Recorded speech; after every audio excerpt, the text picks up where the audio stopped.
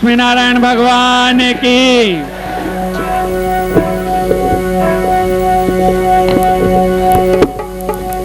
बंदहु गुरोहतम पुंज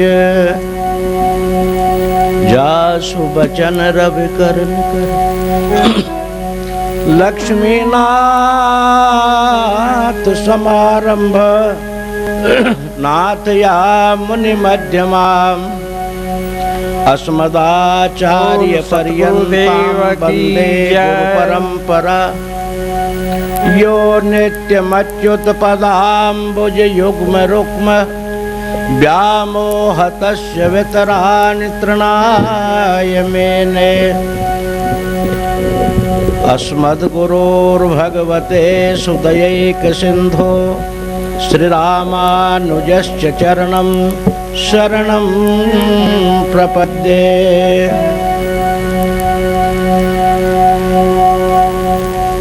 मानव का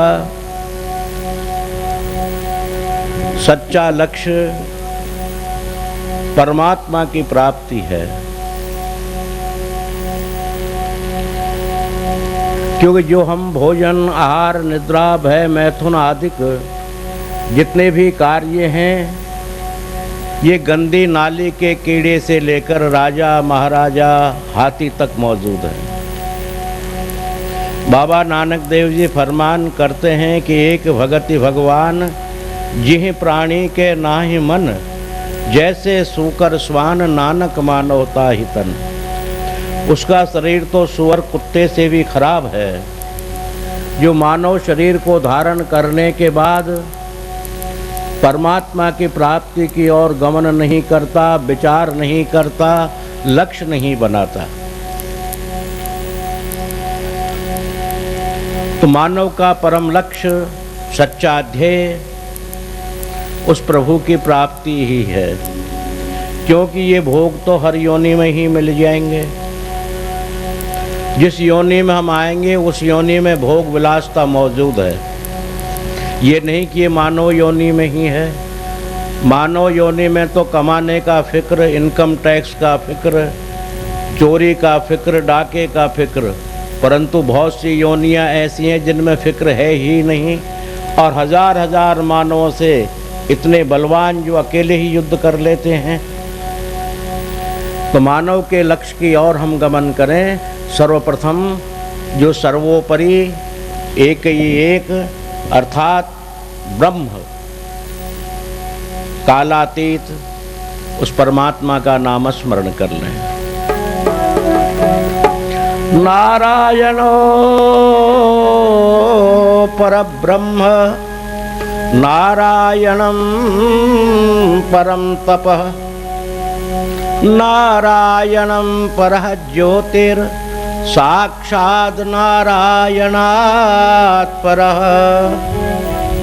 श्रीमन्नारायण नारायण नारायण हरि नारायण नारायण नारायण राम नारायण नारायण नारायण हरि नारायण नारायण नारायण ओम नारायण नारायण नारायण हरि नारायण नारायण नारायण। प्रभु गजे और ग्राह लड़े हैं जल भीतर, हर जी लड़त लड़त गज हारायण ओम लड़त लड़त गज ओम नारायण नारायण नारायण हरि नारायण नारायण नारायण। ये तिल भर सूंड रही है जल ऊपर,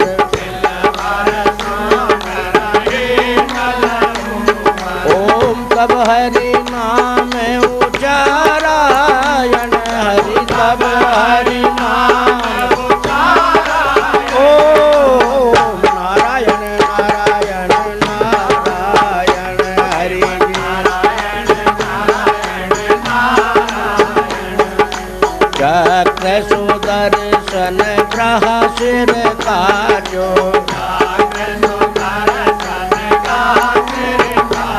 हरि जी गज के फंद छुड़ारायण ओम गज ओम नारायण नारायण नारायण हरि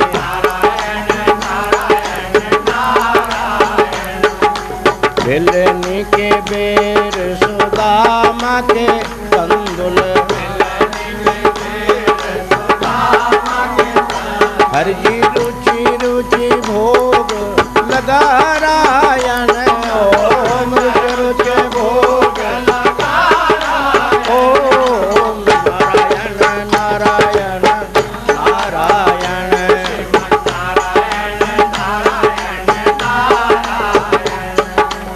जो नारायण नाम लेत है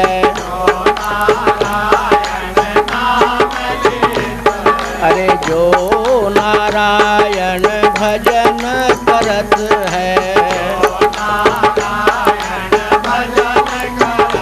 वो तो मात पिता कुल तारायण हरि मात पिता कुल ओम नारायण नारायण नारायण हरि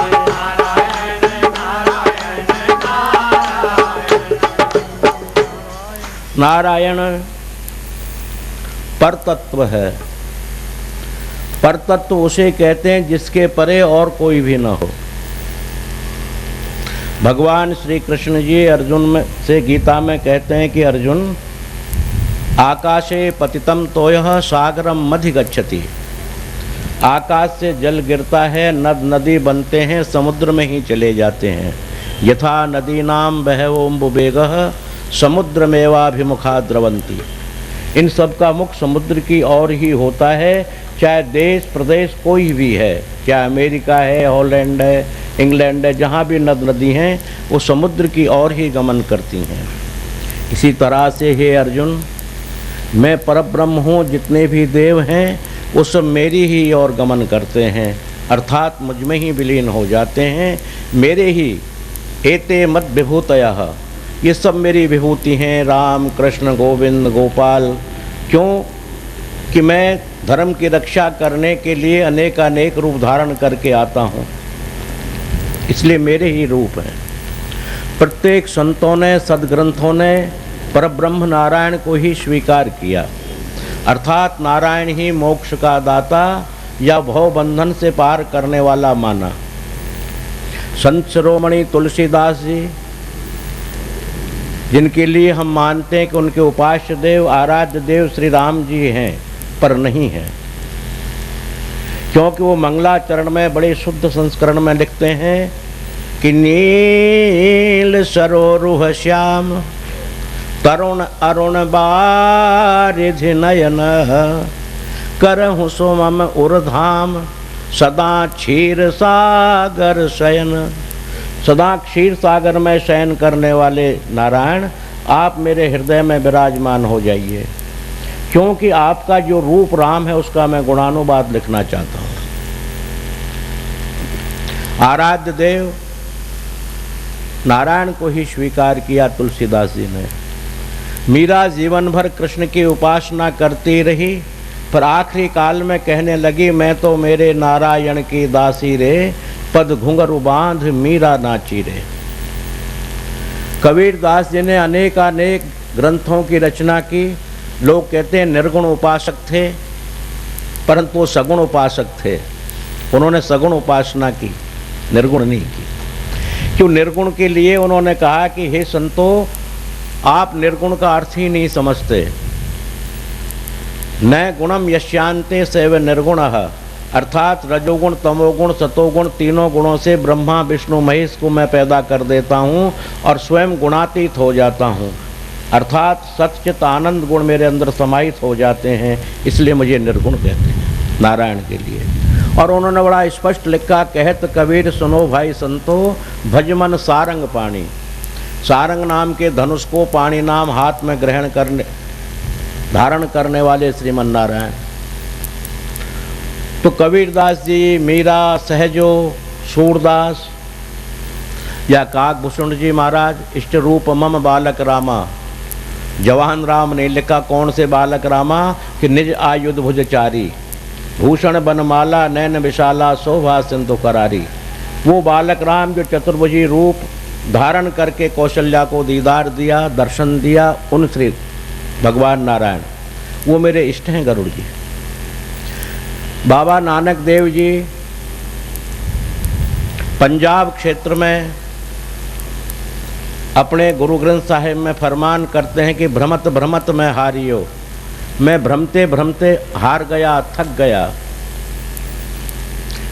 भ्रमते भ्रमते का मतलब लग 84 योनियों में मेरा जन्म मरण होता ही रहा, और इस जन्म में भी मैं सत्संग एवं योग ध्यान धारणा में करते करते थक गया, पर मेरे मन को शांति प्राप्त नहीं हुई। तो एक संत आकर कहने लगे कि नानक, संत दयाल कृपाल भये मोह पर तब यह बात बताई, सर्वधर्म जब पूर्ण हुई हैं, नानक गहो प्रभय शरण आई।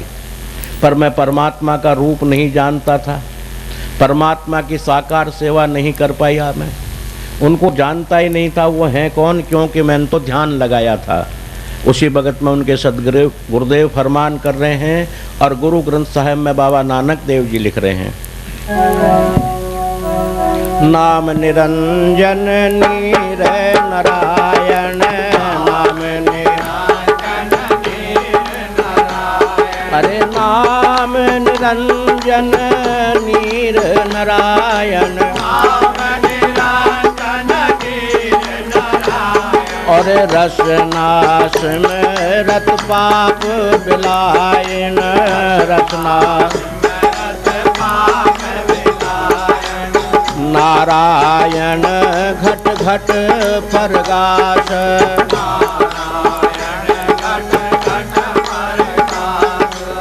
नारायण सब माहे निवास, नारायण सब माहे निवास, नारायण कहते नरक न जाहि, नारायण कहते नरक न जाहि, और नारायण से सकल फल पाहि, नारायण से सकल फल पाहि, नारायण मन माहे आधार, नारायण मन माहे आधार, नारायण बोहित संसार, नारायण बोहित संसार, नारायण साधु संग नारायण, नारायण साधु संग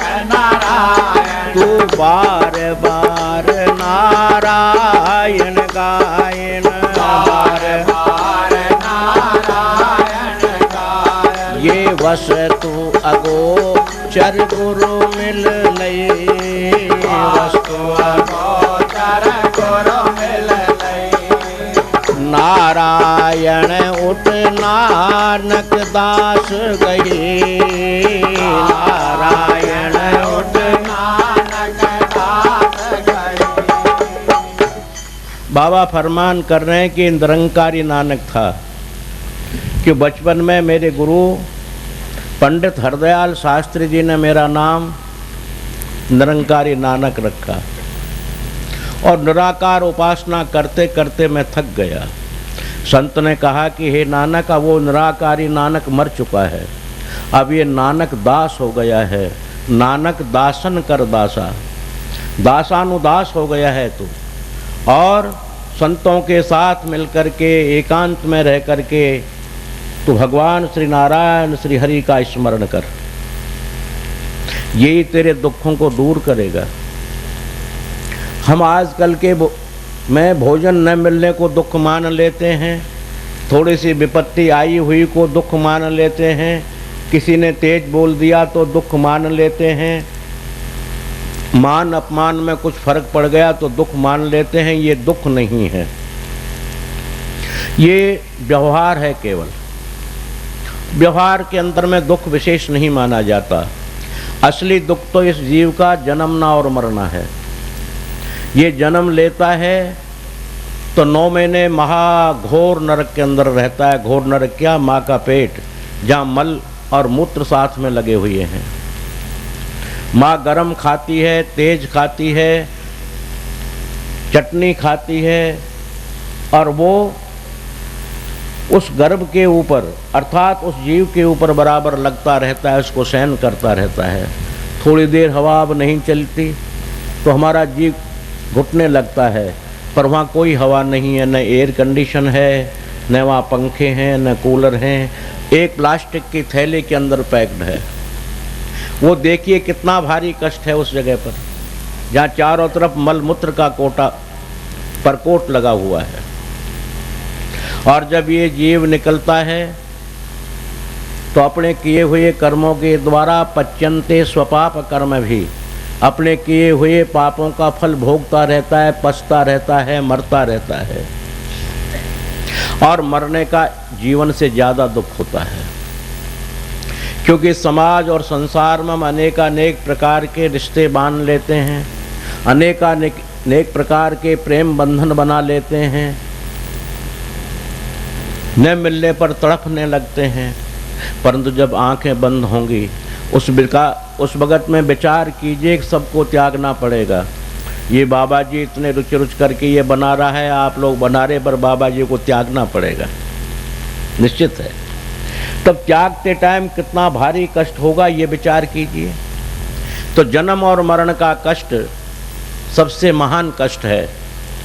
ऐसे सदगुरुदेव बाबा नानक देव जी से फरमान कर रहे हैं उनके गुरुदेव, कह रहे नानक, जन्म मरण का संकट वो परमात्मा श्री हरि मिटा सकता है, और के बस की बात है नहीं। क्योंकि ब्रह्मा विष्णु महेश तो स्वयं कर्म बंधन में बंधे हुए हैं, ये मोक्ष नहीं दे सकते। ये तुम्हें भोग दे सकते हैं, मोक्ष नहीं, क्यों मोक्ष की इच्छा तो स्वयं ही रखते हैं। तो उसी संदर्भ को लेकर के बाबा नानक देव जी फरमान कर रहे हैं, लिख रहे हैं, दुख भंजन तेरा नाम जी, दुख भंजन तेरा नाम जी, दुख भंजन तेरा नाम जी, दुख भंजन तेरा नाम जी, दुख भंजन तेरा नाम जी। अरे आठों ही पहर आराधिए मोहे पूर्ण सत्य गुरु ज्ञान जी, आठों पहर आराधिए मोहे पूर्ण सत्य गुरु ज्ञान जी। जित घट बसे पार ब्रह्म सो है सुहावा धाम जी, घट बसे पार ब्रह्म सो है सुहावा धाम जी। जम शंकर नेड़न आवई, जब रसना हरि गुण गावे जी, दुख भांजन तेरा नाम जी, दुख भांजन तेरा नाम जी, दुख भांजन तेरा नाम जी, दुख भांजन तेरा नाम जी, दुख भांजन तेरा नाम जी। अरे सेवा सुरति न जानिया, ना जापम आराध जी, सेवा सुरत न जानिया, ना जापम आराध जी। पर ओट तेरी जग जीवना मेरे ठाकुर अगम अगाध जी, दुख भांजन तेरा नाम जी, दुख भांजन तेरा नाम जी, दुख भांजन तेरा नाम जी, दुख भांजन तेरा नाम जी, दुख भांजन तेरा नाम जी। अब भये कृपाल गुसाइया, जब नठे शोक संताप जी, भये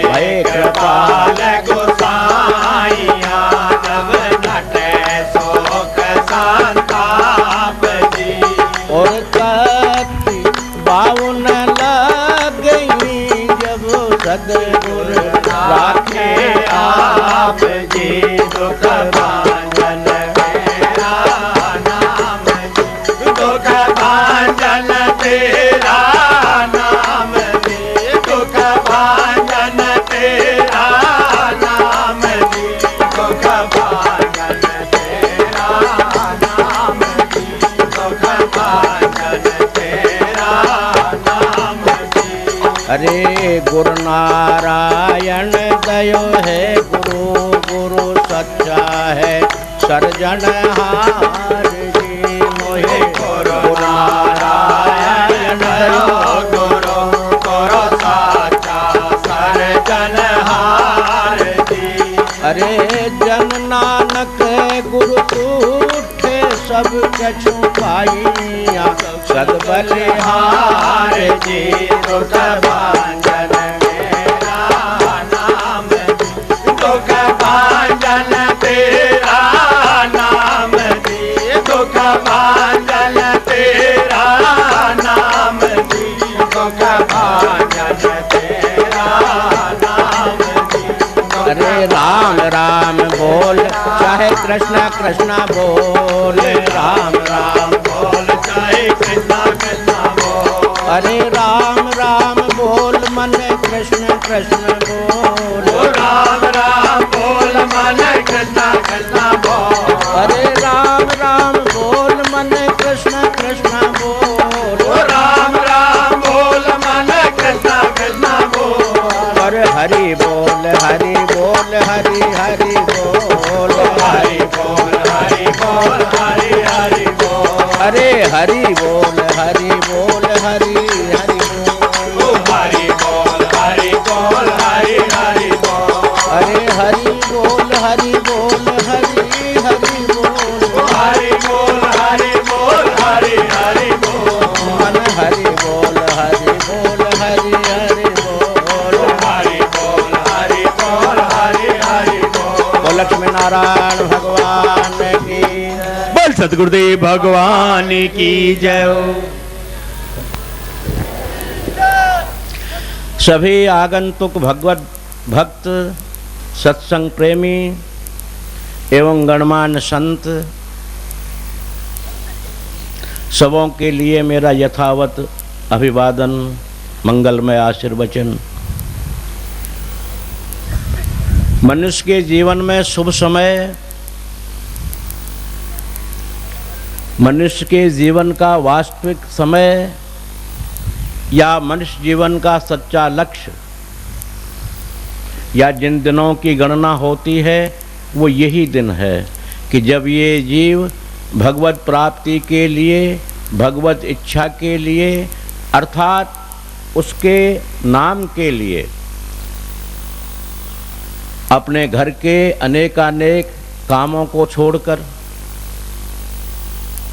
और सत्संग के लिए आता है, इकट्ठा होते हैं। यही हमारे जीवन का शुभ समय है।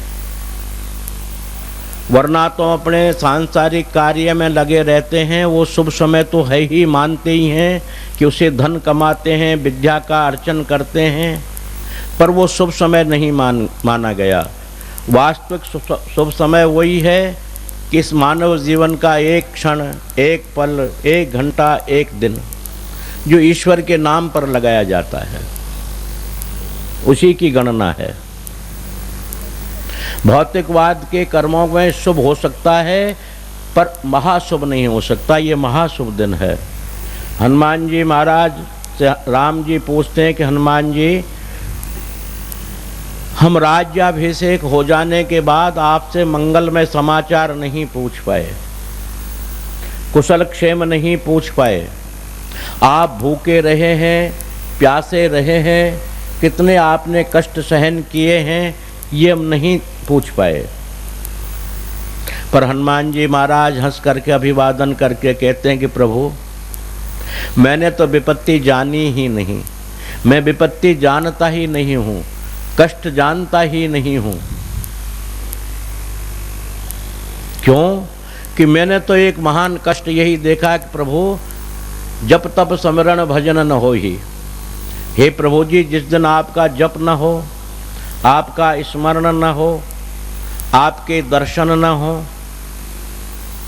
आपके सत्संग न सुना गया हो, इनमें से चारों चीज़ों में से एक भी चीज़ जब मानव को नहीं मिलती है, वही सबसे बड़ा विपत्ति का दिन है, वही कष्ट का दिन है। वो मेरे सामने प्रभु जी कभी आया नहीं, मैं दर्शन भी कर लेता हूँ, और आप जी जब बिजी होते हैं तो दर्शनों की इच्छा नहीं रखता, उस वक्त आप जी के नाम में ही मस्त हो जाता हूँ, हरे राम राम राम हरे हरे। तो मैं तो मेरी खरताल लेकर के नृत्य करता रहता हूँ, आपका जप करता रहता हूँ, मुझे कष्ट किस बात का है। तो महान कष्ट वही है जब प्रभु की ओर ये जीव उन्मुख नहीं होता, गमन नहीं करता, आता नहीं है, तब तक महान कष्ट है। चाहे करोड़पति हो, अरबपति हो, खरबपति हो, वो पति तो यहीं रह जाने हैं, मरघटों तक ही पति है, उसके बाद तो पति रहता ही नहीं। और उस पति के बनने से क्या फायदा जो फ्रॉड हो। जगतपति, जीवपति, आत्मापति, भक्तिपति, लक्ष्मीपति एक ही है, नारायण, दूसरा हो नहीं सकता। अर्थात ये तो यहीं तक सीमित रह जाते हैं। और ये आप हम जिस काम के लिए बैठे हुए हैं, जिस प्रेरणा के लिए बैठे हुए हैं, चाहे हम भाव कुभाव अनख आलस हों, चाहे भाव से अर्थात उसकी प्राणवायु रुकने लगी, परंतु फिर भी विचार करता है कि भविष्यति सुप्रभातः, रात हो गई तो सवेरा भी होगा, सूर्योदय भी होंगे, कमल खिलेगा, फिर आनंद लूंगा। ऐसा विचार कर रहा है, प्रातःकाल होने को आ गया, परंतु वहीं पर दैव गति एक मदोन्मत्त हाथी आकर के जल क्रीड़ा करता हुआ उस कमल को वृक्ष के सहित अर्थात उस कमल नलनी के सहित उखाड़ करके मुंह में दबा लिया। उसके साथ साथ भंवरा भी चकनाचूर हो गया। ठीक उसी प्रकार से इस भंवर की तरह हमारे जीवन की गति है। हम धन के विलासता, वैभवता, ऐशो आराम आदि आदि सुखों के पीछे ये भी हमको भान नहीं होता, ये भी जानकारी नहीं हो पाती कि हमारा समय बिल्कुल नज़दीक आता चला जा रहा है, काल अपनी ओर हमें आकर्षित करता चला जा रहा है, हम उसकी ओर जा रहे हैं, काल हमारी ओर बढ़ रहा है। और एक दिन वही गति हमारी होनी है जो भंवरे की हुई। वो मदोन्मत्त काल, वो मदोन्मत्त यमराज इसके लिए एक पल का 1000वां भाग उतनी सी देर में बराबर कर देगा। और उस वक़्त हमारे जितने भी ऐशो आराम, वैभव या अपूर्ण काम जो भी हैं वो रह ही जाएंगे, अर्थात उनको नहीं कर पाएंगे और आँखों में अश्रु लेकर के हमारा दहन हो जाएगा, नष्ट हो जाएंगे। इसलिए उसके पहले पहले ही हम वो अपना इंतज़ाम कर लें, वो हमारी सुविधाएं कर लें, ताकि हमें यमलोक जाना ही न पड़े, यमराज हमारे पास आए ही नहीं। मृत्यु तो आएगी, क्योंकि जो जन्म है उसको मरना सुनिश्चित है। ध्रुवोर मृत्यु ध्रुवोर जन्मः, अर्थात जन्म होना ध्रुव है, सुनिश्चित है, तो मृत्यु भी सुनिश्चित है। परंतु वो मृत्यु नहीं, वो सद्गति है। अरे मरते तो दुनिया है, पर मृत्यु होना कोई कोई जान पाया है। मरना तो हर जीव को है, मरेगा, और पर मृत्यु को जान लेना, मृत्यु को प्राप्त हो जाना, ये कोई कोई होता है। मृत्यु उसका नाम है कि एक बार मर जाने के बाद दोबारा न मरना पड़े। और बार बार मरा, बार बार जन्मा, बार बार मरा, ये तो मरते ही रहते हैं, पर मृत्यु को जानने वाला कोई कोई ही है। कोई कोई से संबंध है कि जो परमात्मा के लिए पहचान गया, जान गया, सन्निधि में आ गया, कृपा पात्र बन गया। मेरे प्रेमियों, एक बार ही मरता है, दोबारा मरता ही नहीं। वो एक बार तो शरीर छोड़ना ही पड़ेगा। गीता में भगवान जी कहते हैं कि वासांसि जीर्णानि यथा विहाय नवानि गृह्णान्ति नरोपराणि तथा शरीराणि विहाय जीर्णा। जब ये जीर्ण हो जाएगा तो इसका त्याग तो करना पड़ेगा, नवीन वस्त्र धारण कर लेंगे। अब नवीन वस्त्र कौन से? भौतिकवाद के नवीन वस्त्र धारण करने से गुजारा नहीं। वो नवीन वस्त्र जाने तद्भाष्यते सूर्यो न शशांको न पावकः यद् गत्वा निवर्तन्ते तद्धामः परमं ममः। उस परम धाम के लिए गमन करना, उस परम धाम में पहुंच जाना, उस परम धाम की प्राप्ति कर लेना, जहाँ वहाँ जाने के बाद में प्रवेश है पर निवेश नहीं। यद गत्वा निवर्तन्ते, जहाँ सब प्रकार की निवृत्तियाँ हो जाती हैं, प्रवेश है, आना है ही नहीं वहाँ से। यानी हजारों कितने समय तक वो जो है ये जीव आनंद लेता रहता है, भगवान सन्निधि में रह करके परम आनंद के लक्ष्य को प्राप्त हो जाता है। वहाँ का प्राप्त करना, उस जगह पर पहुँचना, यही हमारा मानव का सदलक्ष्य है। इस लक्ष्य से जो भटक जाते हैं, भौतिकवाद की ओर गमन करते हैं, मेरे प्रेमियों फिर जन्म लेना ही पड़ेगा, फिर वो यमराज के डंडे खाने ही पड़ेंगे, संसार के दुखों का भोग भोगना ही पड़ेगा। ये तो सुनिश्चित बात है। अर्थात इस वक्त में उन भोगों को भोगते हुए और उस परम लक्ष्य की प्राप्ति कर लें तो हम भंवरे की गति में नहीं रहेंगे, फिर मानवता की गति में आ जाएंगे। क्योंकि एक मनुष्य का शरीर ही एक ऐसा शरीर है जो आपके लिए उस दिव्य लोक को पहुंचा सकता है। लोग वैकुंठ देवलोक तक ही मानते हैं, बिरजा नदी को पार करने के बाद ही दिव्य लोक है। बाकी कर्मनाशा नदी, वैतरणी नदी, इनके परे तो ब्रह्मा का लोक, विष्णु का लोक, शिव का लोक, देवी का लोक, अनेका लोक हैं। इन लोकों से तो वापस आना पड़ेगा, कि जिन लोकों तक महाप्रलय होती है उनके अंतर्गत से तो आना ही पड़ेगा। और इसके परे विरजा नदी है, और विरजा को पार करने के बाद वो दिव्य लोक है जिसके लिए भगवान कृष्ण ने गीता में उल्लेख किया।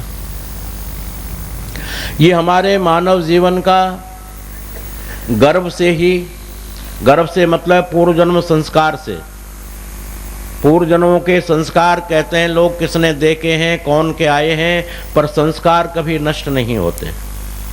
वो जन्म च संसिद्धि प्रारभ्यते लभते नरः, जन्म जन्मांतरों की संसिद्धि अच्छे बुरे कर्म किए हुए प्रत्येक योनि में सामने आते रहते हैं।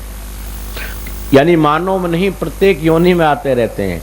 एक गाय को देखिए जंगल में चर रही है, पानी नहीं मिल रहा है, लोग उसके डंडा मार देते हैं। और एक गाय को देखिए जो एयर कंडीशन के अंदर है, 10 उसके ऊपर सेवा कर रहे हैं। एक कुत्ते को देखिए जिसके गले में सोने की जंजीर है, 4 डॉक्टर उसको देखने के लिए आते हैं, इंजेक्शन लगते हैं, टाइम पर दवा लगती है, और शैम्पू से स्नान कराए जाते हैं। जबकि हम बाबा जियों को क्या, बहुतों को शैम्पू ही प्राप्त नहीं होता है, कैसा हमने तो देखा ही नहीं। शैम्पू है क्या हमें पता ही नहीं किस बलाय का नाम है। पर हमारे तो कुत्ते हैं आश्रम में, उनके लिए महात्मा जी कहते हैं गुरुजी शैम्पू मंगाया था, अब क्या है वो पता नहीं, खाने की चीज़ या पिलाने की चीज़, पर वो शैम्पू से स्नान करते हैं और एयर कंडीशन में रहते हैं। तो हर योनि में अपने सुख और दुख का भोग तो हर योनि में ही है। वो सुख दुख कहाँ से पैदा होते हैं? हमारे प्रारब्ध संस्कार के द्वारा पैदा होते हैं। जन्म जन्म च संसिद्धि, एक जन्म नहीं, जन्म जन्म, बहुवचन बोला, वो लाख जन्म भी होते हैं, 1000 हो सकते हैं, 1000 जन्म भी हो सकते हैं, 2 जन्म भी हो सकते हैं। उनके किए हुए शुभ और अशुभ कर्मों का भोग प्रत्येक योनि में भोगना ही पड़ेगा। उससे दुख क्यों मनाएं हम?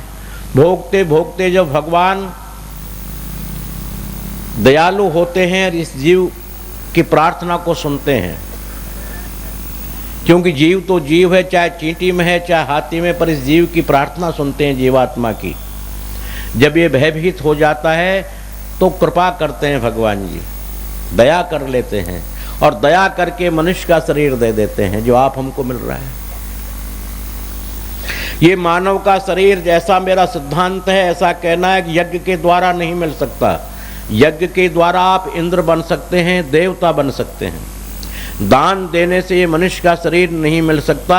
दान देने से आपको भोग मिल सकते हैं, दिए हुए दान का 100 गुना, 1000 गुना, 10 गुना वो भगवान प्रदान करते हैं, दे देते हैं। तो दान के बदले आप दान ले सकते हैं, मनुष्य का शरीर नहीं ले सकते। यज्ञ के बदले आप इंद्र बन सकते हैं, देवादिदेव बन सकते हैं, पर मानव नहीं बन सकते। तो अब ये शरीर न दान से मिलता है न ये यज्ञों से मिलता है, तो कहीं मिलने का साधन तो होगा ही इसका, वो भगवान की दया है। ये कबहू की करुणा कर नर देही, देत ईश बिनु हेतु स्नेही।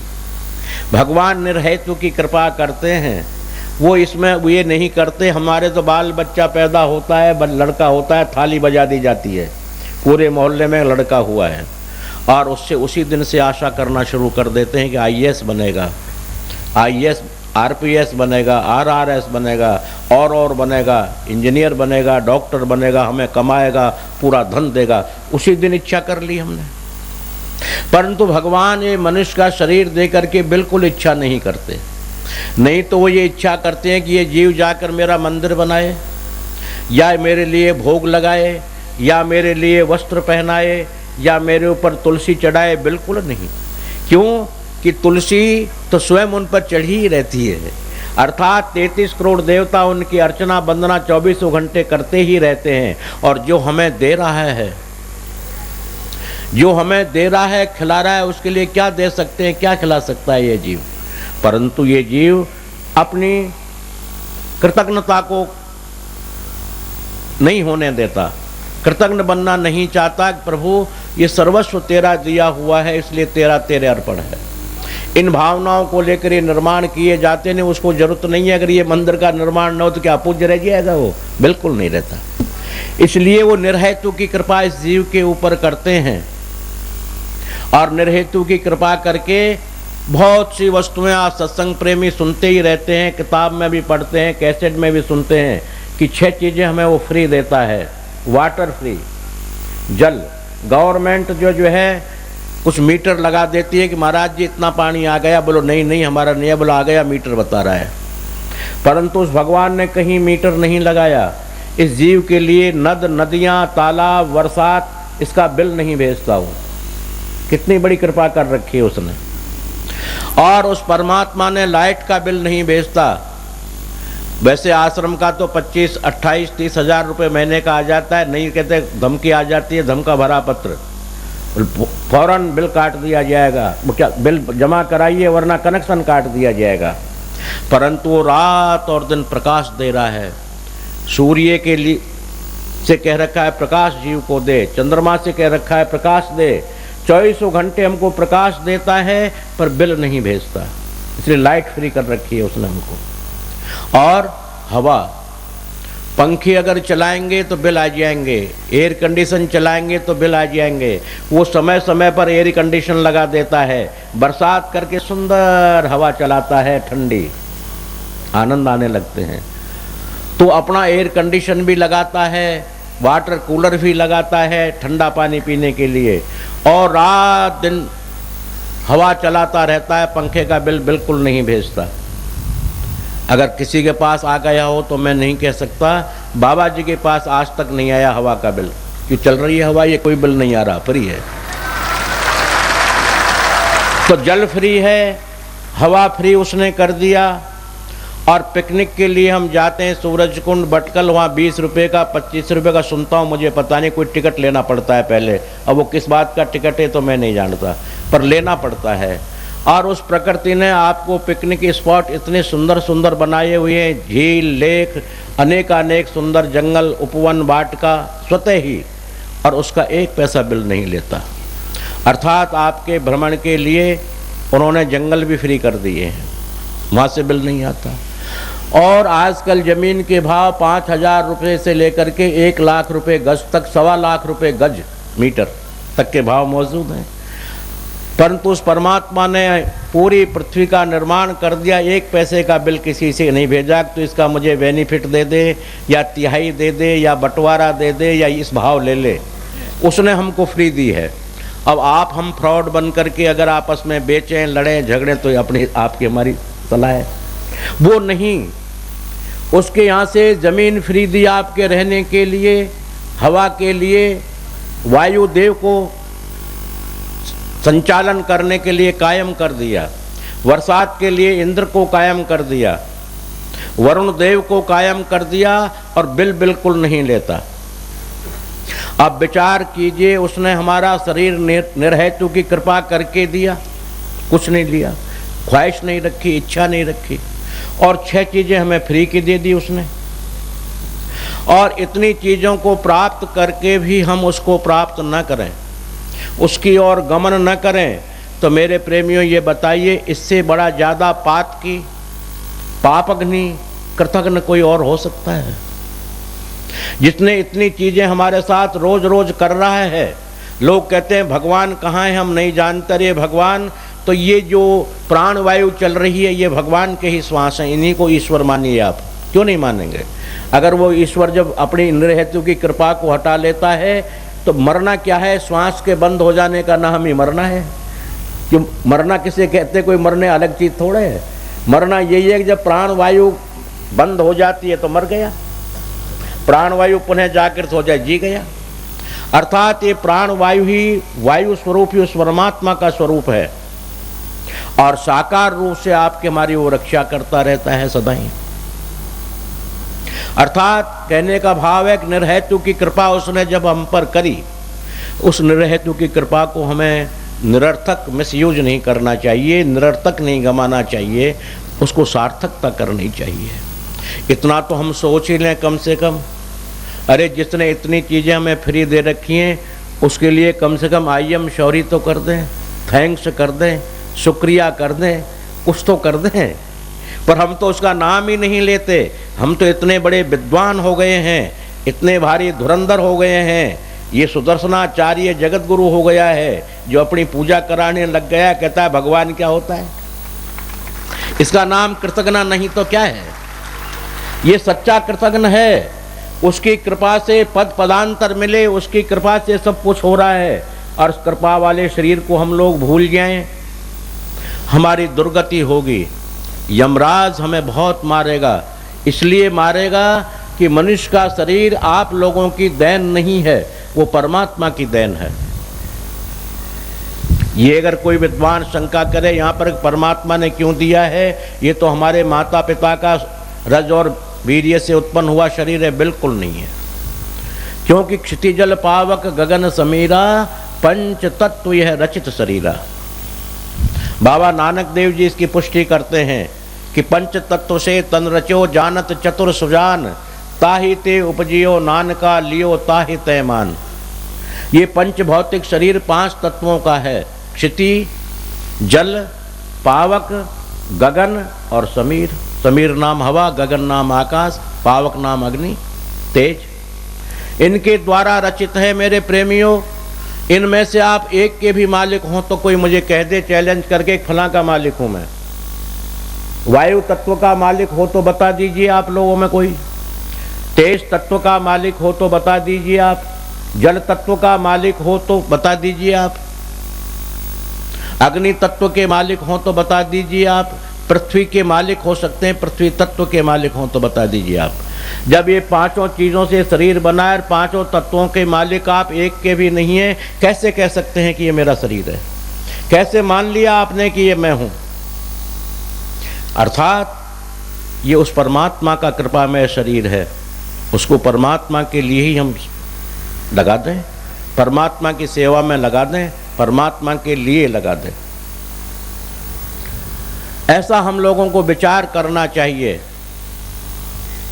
इसके पश्चात अनेकानेक धर्म, अनेकानेक प्रणाली, अनेकानेक प्रकार के मार्ग हैं, परंतु मार्ग वैसे तो लिखा है तुलसीदास जी ने कि मार्ग जो जेहि के मन भावा, जिसके मन में आ जाए सो चले। पर मेरे प्रेमियों, मार्ग एक ही हर शास्त्रों ने नियुक्त किया, क्यों? धर्म एको ही निश्चल, धर्म एक ही है, दूसरा नहीं हो सकता, नहीं होगा, नहीं हुआ है और नहीं है, तीनों कालों में नहीं। धर्म तो एक ही है।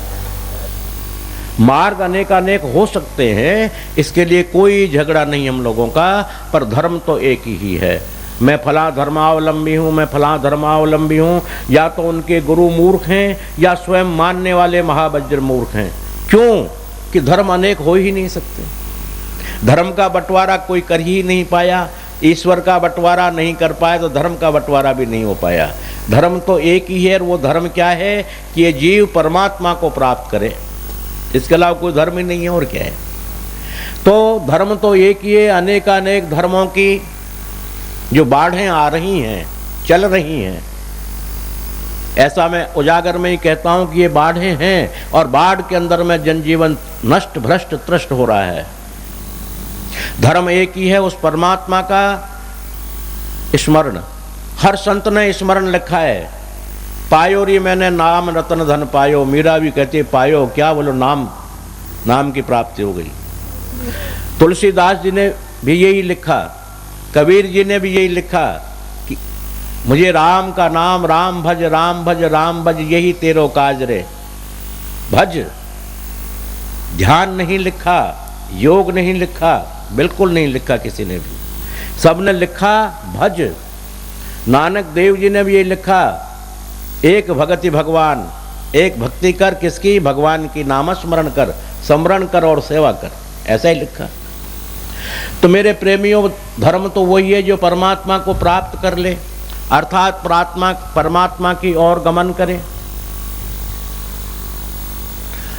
उतना हम नहीं कर पाते। योग ध्यान धारणा तो आप हमेशा सुनते ही रहते हैं, हमेशा ये चैलेंज करके ही कहता है ये शरीर कि इस कलयुग में इनका तो अस्तित्व है ही नहीं, कि जो सिक्का बंद हो गया उसको चलाने में 420 में पकड़ा जाएगा फ्रॉड। जो गवर्नमेंट के यहाँ से जो सिक्का बंद हो चुका उसको आप नहीं चला सकते। अर्थात जो धर्म कलयुग का बता दिया गया, हरैर नाम हरैर नाम हरैर नाम केवलम नास्त्यैव नास्त्यैव नास्त्यैव गतिरन्यथा, और जगह गति है ही नहीं। कलौ केवल कीर्तनाथ, ये नारद संहिता में लिखा, नारद जी महाराज ने, वो वेद व्यास जी ने लिखा। इसी का रूपांतर तुलसीदास जी लिख रहे हैं, कलयुग केवल नाम आधारा। तो इस परमात्मा में तो नाम ही, आज के युग में नाम का ही आधार है, प्रत्यक्ष सेवा का ही आधार है, और आधार है ही नहीं।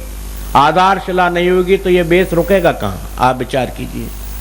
इसलिए नाम की महानता है, नाम की प्रधानता है। नाम के बल पर हनुमान जी महाराज के लिए लिख रहे हैं तुलसीदास जी, प्रातः काल ले जो नाम हमारा अगर प्रातः काल में कोई नाम ले तो तादिन ताहि न मिले ही आहारा, उस दिन उसको भोजन नहीं मिले। बानर के लिए, बानर जाति और जिसकी हम पूजा प्रतिदिन कर रहे हैं, जय हनुमान ज्ञान गुण सागर, जय कपीस तिहु लोक उजागर, रामदूत अतुलित बलधामा, अंजनी पुत्र पवन सुतनामा, बानर हैं वो। परंतु उस भगवान के नाम की महिमा का देखिए कि उस नाम की महिमा से उसका प्रातः स्मरणीय हनुमान जी हो गए और उनकी पूजा होने लग गई, अष्ट नवनिधि के दाता हो गए और अनेकानेक प्रकार के अमंगलों को हटाकर मंगल करने वाले बन गए। क्या, क्यों बन गए? नाम के प्रभाव से बन गए। नाम के प्रभाव से मानव को देखिए आप, बाबा नानक देव जी के हृदय में जित घट बसे पार ब्रह्म, उस परमात्मा श्री हरि का नाम उन्होंने धारण कर लिया, शरणाई हो गए। तो आप देखिए आज भी वाहे गुरु वाहे गुरु वाहे गुरु का जप कर रहे हैं अपन, उनकी पूजा हो रही है, उनके मंदिर बन रहे हैं। सहजो कर्मा को देखिए, अधम से अधम, अधम में नारी, अधम है हम, परंतु आज भी मीरा का गुणगान किया जा रहा है, उसकी पूजा की जा रही है, सहजों की पूजा की जा रही है और अच्छे शास्त्रों में उसका लेख आ रहा है, कर्मा का आ रहा है।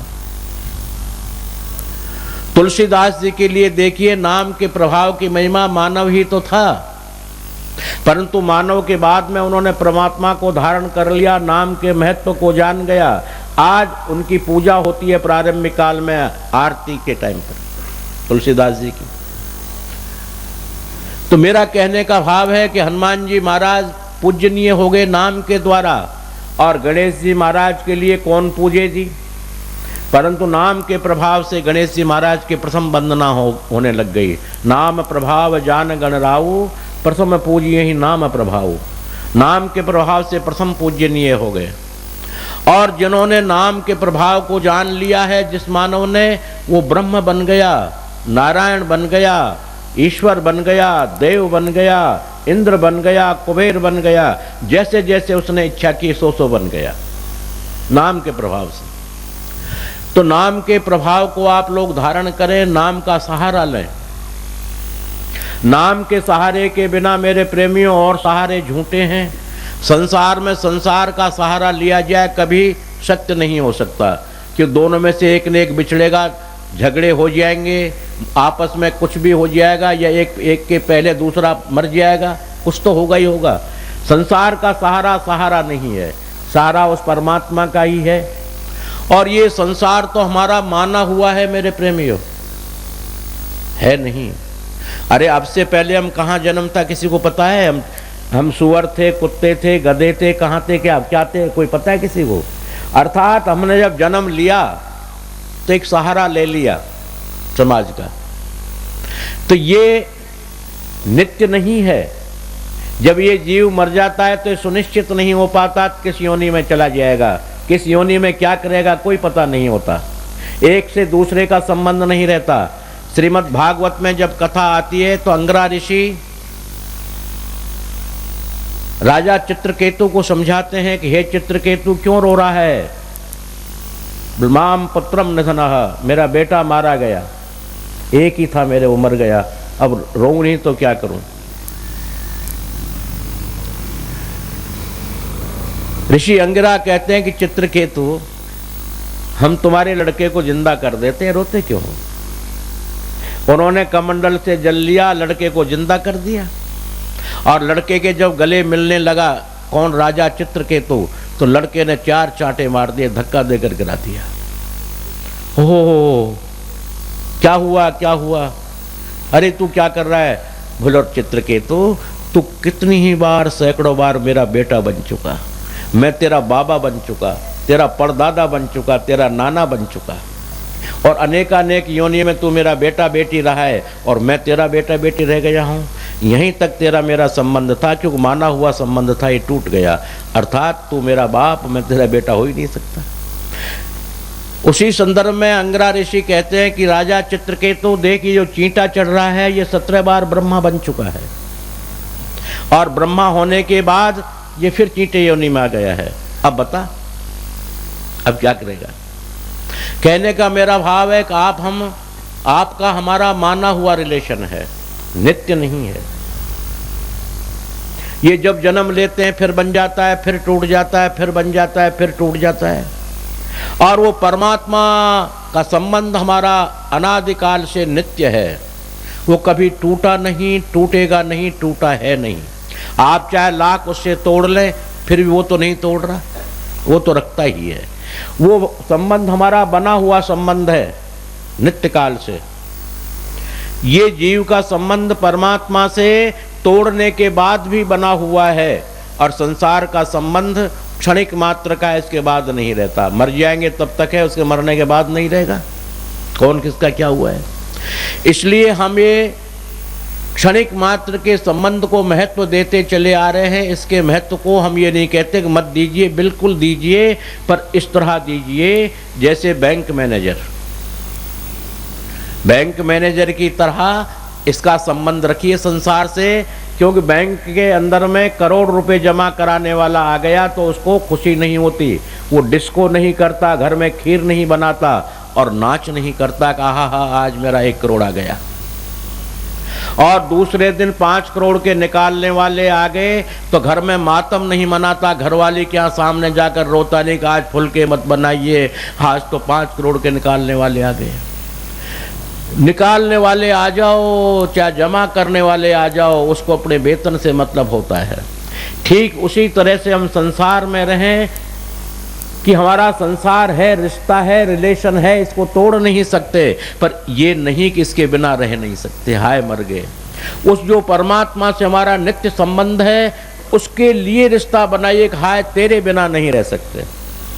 ऐसा रिश्ता बनाने का नाम ही मोक्ष है, और मोक्ष कुछ नहीं होता कि तू मेरा है मैं तेरा हूँ। ऐसा नित्य संबंध तो रहा ही है, पर हम मान लें जितना संबंध हम इस शरीर से बना रहे हैं, जितना संबंध रिश्तेदारियों से बना रहे हैं, जितना संबंध पति पत्नी से बना रही है या भाई बहन से बना रहा है, अनेक संबंध हैं, ये हैं। ये बाबा जी ये नहीं करा कि इनको तोड़ दो, बिल्कुल तोड़ मत दो। टूटे हुए तो जोड़ लो, अगर टूट भी गए हों तो उनको आज से जोड़ लीजिए। क्यों तोड़ा जाए? ये संसार है, संसार में रहने की विधि रख करके जोड़ ले, तोड़े नहीं। इनको जोड़े रहे बनाए रहे, परंतु इनको इसी तरह माने जैसे बैंक मैनेजर, कि हमें परमात्मा ने ये ड्यूटी दी है, इस ड्यूटी को अदा करना है, बाकी हाय राम मैं तेरे बिना नहीं रह सकता, तेरे बिना नहीं रह सकती, इन शब्दों को जोड़ लीजिए भगवान के साथ। हे प्रभु मैं तेरे बिना नहीं रह सकता, तेरे बिना नहीं रह सकती, मर जाऊंगी। ऐसा संबंध अगर हम कायम कर लें तो परम मोक्ष की प्राप्ति है, उस दिव्य लोक को प्राप्त हो जाता है आदमी। बड़ा साधारण तरीका है।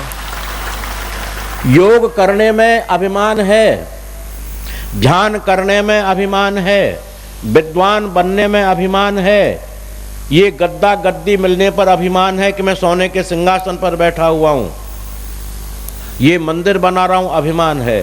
और अभिमान जहां है वो परमात्मा की प्राप्ति कर ही नहीं सकता, क्योंकि अभिमान के परमात्मा के तो शत्रुता है। जहां जहां भगवान जी ने मारे हैं वो अभिमानियों को तो ही मारा है।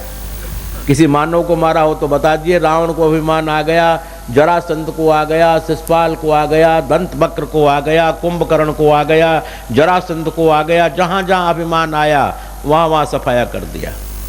क्यों? उनका नाम गर्वाहारी, अभिमान को छोड़ते ही नहीं वो। अरे उनके परम मित्र अर्जुन को अभिमान आ गया कि मुझ जैसा गांडीव धनुर्धारी कोई भी नहीं है, परंतु अभिमान को क्षणिक में नष्ट कर दिया। बोलो अर्जुन ये गोपिकाओं को वृंदावन पहुंचा दो मथुरा से। जंगल थोड़ा बीहड़ जंगल है या बड़े चोर फोर रहते हैं, लुटेरे फुटेरे रहते हैं, तो इनको पहुंचा दो। अरे बोलो महाराज कोई बड़ी सेवा देते मेरे लिए, कोई बड़ा भारी कोई योद्धा होता उससे लड़ने के लिए कहते, बड़ा भारी कोई पहाड़ होता उसको तोड़ने के लिए कहते, क्या सेवा दी है? बोलो हमारी सेवा तो सेवा है, क्या छोटी और क्या बड़ी। गोपिकाओं को लेने के लिए चले गए, भील मिल गए और भीलों ने अर्जुन जी के हाथ पर लड़खड़ा दिए। कहता है तू वही अर्जुन है जो महाभारत के अंदर में 23 अक्षौणी सेनाओं में विजय करी थी, या तू कौन सा अर्जुन है? बोला हाँ वही हूँ। बोले ऐसे अर्जुन हमने हजारों देखे हैं। भील कहने लगे हजारों अर्जुन देखे ऐसे हमने, और तू अगर अर्जुन है तो करके दिखा दे हमको, हम लूट रहे हैं तेरे सामने। भीलों ने गोपिकाओं को लूट लिया, अर्जुन देखता ही रह गया और उसके हाथ पैर कांपने लग गए, बेहोशी आने लग गई अर्जुन को, और वो लूट करके भील चले गए और वो मुंह लटका कर पहुंच गया भगवान के सामने। अर्जुन ठीक ठाक तो पहुंचा दिया ना गोपियों, कोई दिक्कत तो नहीं आई? बोलो महाराज दिक्कत क्या आई, ऐसी ऐसी स्थिति बन गई। अरे गांडीव धनुर्धारी धनंजय क्या हो गया? बोले ये मैं नहीं कह सकता, भीलों ने तो मुझे बड़ी मारपीट कर दी, 2-5-10 दिन मालिश करवानी पड़ेगी तो ठीक होंगे। तो गर्व को उसको था कि मैं अहम, मैं गांडीव धनुर्धारी अर्जुन हूं, उसका भीलों के द्वारा लुटवा दिया, अभिमान तोड़वा दिया। तो अभिमान से तो भगवान प्राप्त होते ही नहीं, और अभिमान है भी किस बात का। इसलिए मानव निराभिमान होकर के उस परमात्मा का स्मरण करे, यही सर्वोच्च उपाय है। तो मैं ये कहना चाह रहा था कि इस कलयुग में तपस्या करना भी मुश्किल है, क्योंकि समय हमारे पास है ही नहीं। हर चीज के हम धनवान हैं पर आयु के कंगाल हैं। आयु शतायु कोई आयु नहीं होती, बहुत कम आयु है, आयु है ही नहीं। अल्पस्य काले बहुलास्य विद्या, समय बहुत थोड़ा सा है, विद्या बहुत है। इसलिए समय हमारे पास नहीं है जो हम ध्यान करें, योग करें, धारणा करें या भजन करें माला करके, ये भी बड़ा मुश्किल है। और भगवान कहते हैं कि मम माया दुरत्यया, गीता में कहते हैं अर्जुन मेरी माया इतनी दुस्तर है, इतनी दुस्तर है कि किसी को बख्शती ही नहीं। संत शिरोमणि तुलसीदास जी भी ऐसा ही कहते हैं कि शिव विरंची, शिव और विरंची नाम ब्रह्मा को जिन मोहिए कौन बापुरोआन। वो बेचारा हमारी तुम्हारी, हम बेचारे में तुम्हारी हमारी क्या औकात, जो ब्रह्मा विष्णु को ही नहीं छोड़ती, उन्हीं को नचा देती है। उसी को लेकर कहा कि ममह माया दुरत्यया, अर्जुन मेरी माया बड़ी दुस्तर है, बड़ी दुस्तर है। अब इस दुस्तर माया से सुनकर के अर्जुन घबरा गए, ये तो बड़ा गड़बड़ सौदा हो गया कि इन्होंने कह एक ही बात में तोड़ दिया सब बात को, ध्यान योग धारणा सबको खत्म कर दिया। ममह माया दुरत्यया, मेरी माया बड़ी दुस्तर है, शिव ब्रह्मा ब्रंची को भी मोहित कर देती है, तो और जीव का बेचारे की क्या औकात है। ऐसा चिंतन हो गया। परंतु भगवान उस चिंतन को मिटाने के लिए कहते हैं, मद भक्त्या, अर्जुन मेरी भक्ति कर, मम पूज्या, मेरा पूजन कर, मामनुस्मरण, मेरा स्मरण कर। अर्जुन जी चुप हो गए कि इनने तो बड़ा गड़बड़ सौदा कर दिया। एक बार तो कह गए मम माया दुरत्या, पार होना मुश्किल है, फिर कहते हैं मेरा भजन कर, मेरा स्मरण कर। अगर मान लो हमारी इंद्रियां जो है उस वक्त काम नहीं करी तो न भजन होगा न स्मरण होगा, तो हम तो मर गए। क्यों? मम माया दुरत्या उस वक्त आक्रमण कर देगी। फिर भगवान कहने लगे कि अर्जुन तू चिंता मत कर, क्यों ये मैं कही आया हूं शुरू से कि ये मानव का जीवन जब जन्म लेता है उसी दिन से माया के अंतर्गत हो जाता है। क्यों? माया है क्या वस्तु? मैं और तोर तोर तय माया, ये मेरा है ये तेरा है, इसी का नाम माया है। और माया कोई वस्तु ही नहीं है। मैं मेरे की जेवड़ी, कबीरदास जी कहते हैं, गलबंदी और संसार, कबीरा सो नर तरिए हरि तरिए। कबीरदास जी कहते हैं कि वही मनुष्य पार हो सकता है जिसके घट में हृदय में हरिहर है, तो ये जेवड़ी कट सकती है। कौन सी? माया की। कि माया की जेवड़ी हर गल में बंधी है, मेरे भी बंध रही है। ये माया की जेवड़ी है, सब पकड़ के खींच लो, मर जाए जिधर।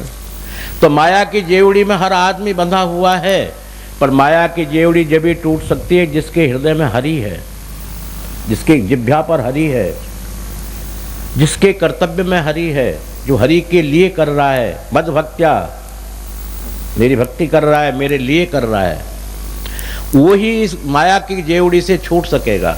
और हमारा बचपन से ये आदत बनी जाती है, क्योंकि जब हमारे पास में दूसरी कोई माई आती है तो हम मुंह फेर लेते हैं, रोने लग जाते हैं। छोटे से रपड़ी माँ आती है, चिपक जाते हैं। तो वहाँ से ही मेरा और तेरा शुरू हो गया। और ये मेरे तेरे का ही दुख है मेरे प्रेमी। और दुख क्या है मुझे बताइए आप? महान कष्ट, महान व्याधा, महान दुख मैं और मेरे का ही है। आज एक कोठी बंगला मेरे पास है, उसमें कोई दीवार में कुछ लिख देता है तो मैं झगड़ा कर लेता हूँ। उसमें कोई खरोंच डाल देता है तो प्राण लेने के लिए तैयार हो जाता हूँ, मेरे बंगले को खराब कर दिया। सोफा सेट में कोई पैर रख कर बैठ जाता तो उपद्रव मचा देता हूँ। और उसके लिए हमने सौदा कर दिया, बेच दिया जितने में बेचा, और बेच करके नोट जेब में धर लिया, घर ले गए, जो बैंक में डाले, जो कर लिया। और उसके बाद गवर्नमेंट के अंतर्गत आ रहा था, उसके नोटिस आए हुए थे टूटने के, बुलडोजर आकर तोड़ने लग गया। हम खड़े खड़े हंस रहे हैं। अरे जहां एक मकान में लकीर खींचने के लिए हम प्राण देने को तैयार थे, आज बुलडोजर से टूट रहा है। आज क्यों नहीं रोते जी? आप ही बताइए। आज खड़े खड़े हंस रहे हो। जिस बंगले के लिए, एक ईंट के लिए कोई निकाल दे तो जान लेने और देने को तैयार हो जाते थे, और उसको बेच देने के बाद बुलडोजर से टूट रहा है, हम आनंद ले रहे हैं। क्यों? कि उस मकान में मेरापन नहीं रहा, वो मेरापन पैसों में आ गया। इसलिए वो मकान हमारी बला से टूटे या फूटे चाहे मर जाए, सो हमने तो पैसा ले लिया।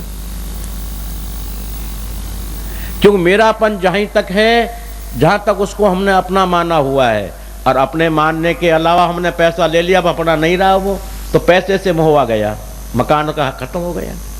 इसी तरह से मेरे प्रेमियों, साधारण उपाय मोक्ष का बता रहा हूं मैं, जिसमें बहुत प्रक्रिया की जरूरत ही नहीं है, बहुत प्रकार के डोनेशन, दान की आवश्यकता नहीं है।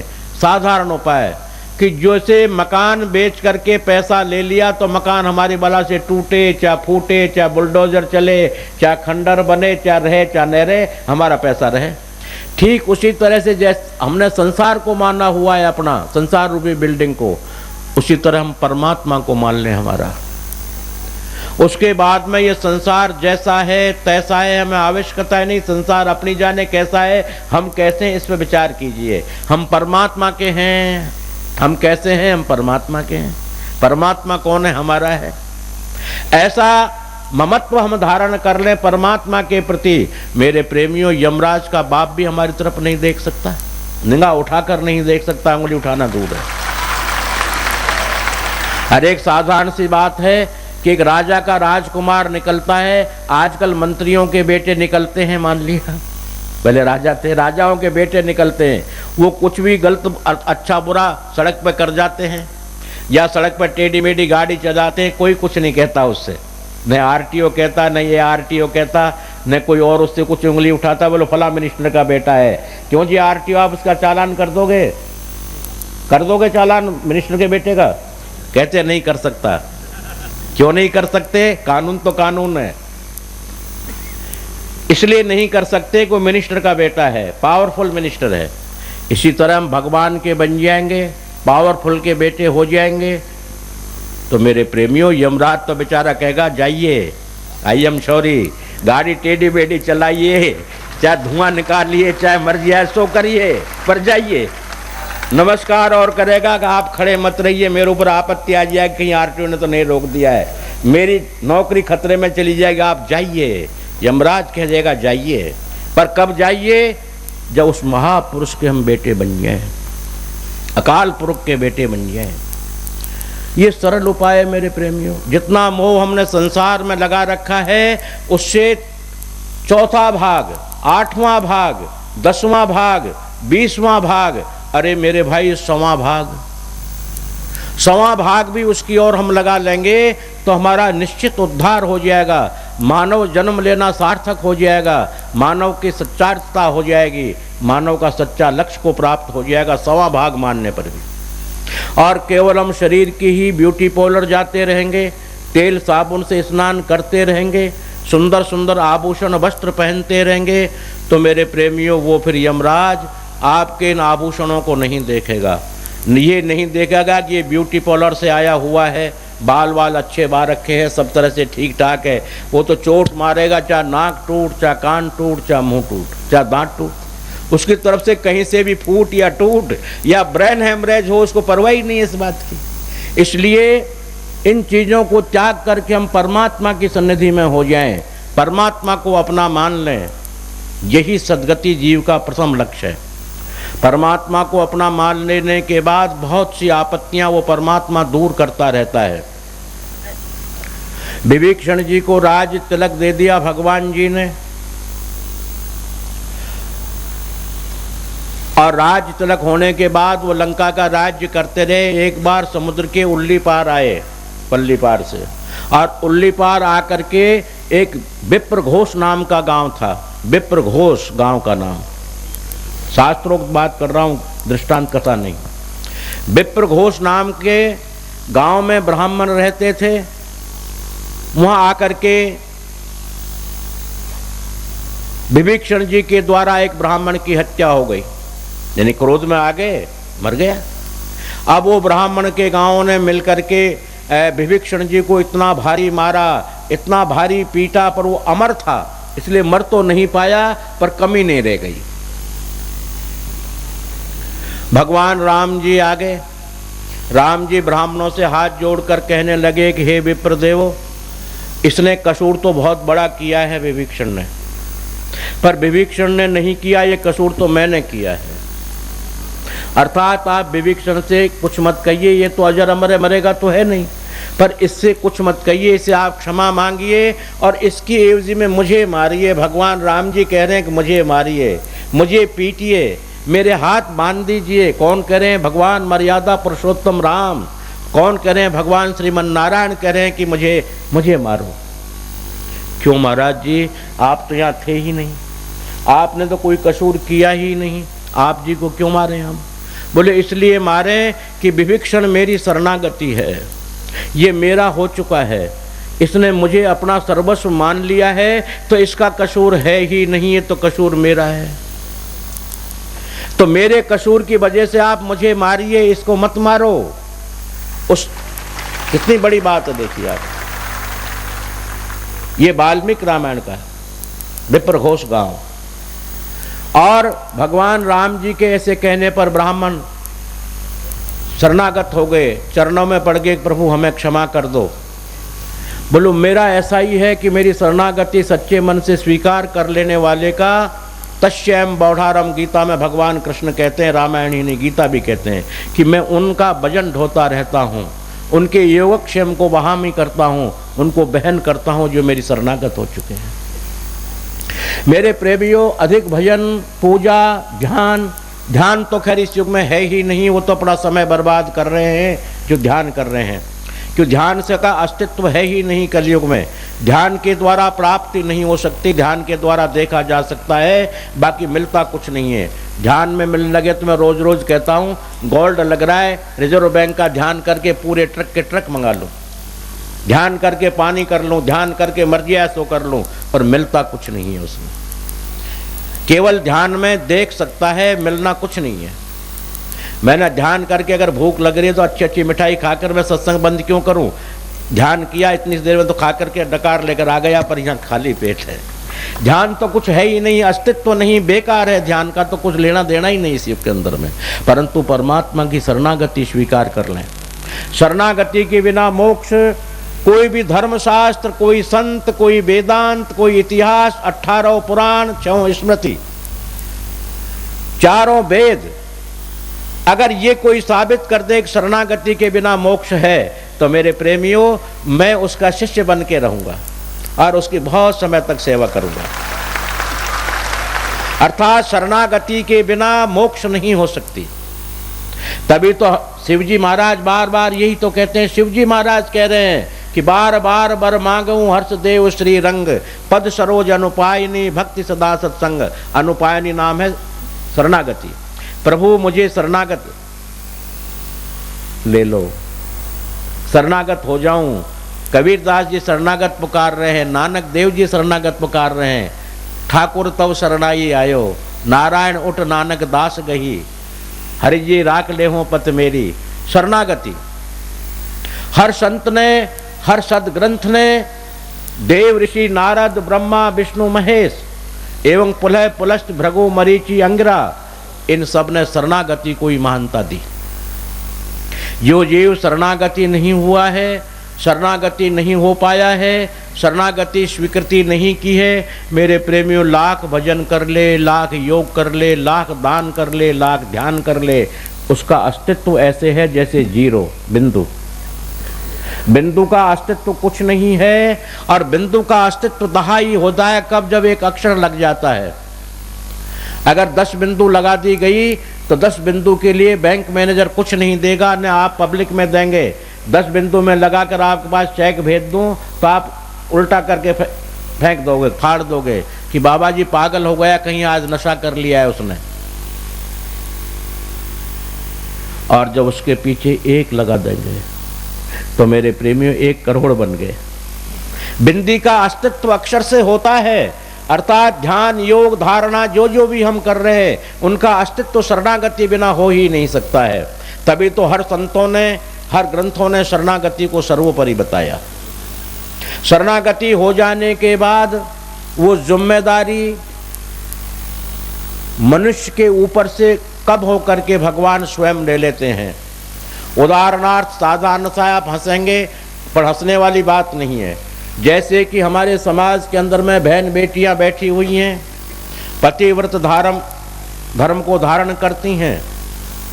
क्या वो खाती नहीं है, या नहाती नहीं है, या वस्त्र नहीं पहनती, या सुंदरता धारण नहीं करती, काजल टीकी नहीं लगाती, क्या नहीं करती हैं?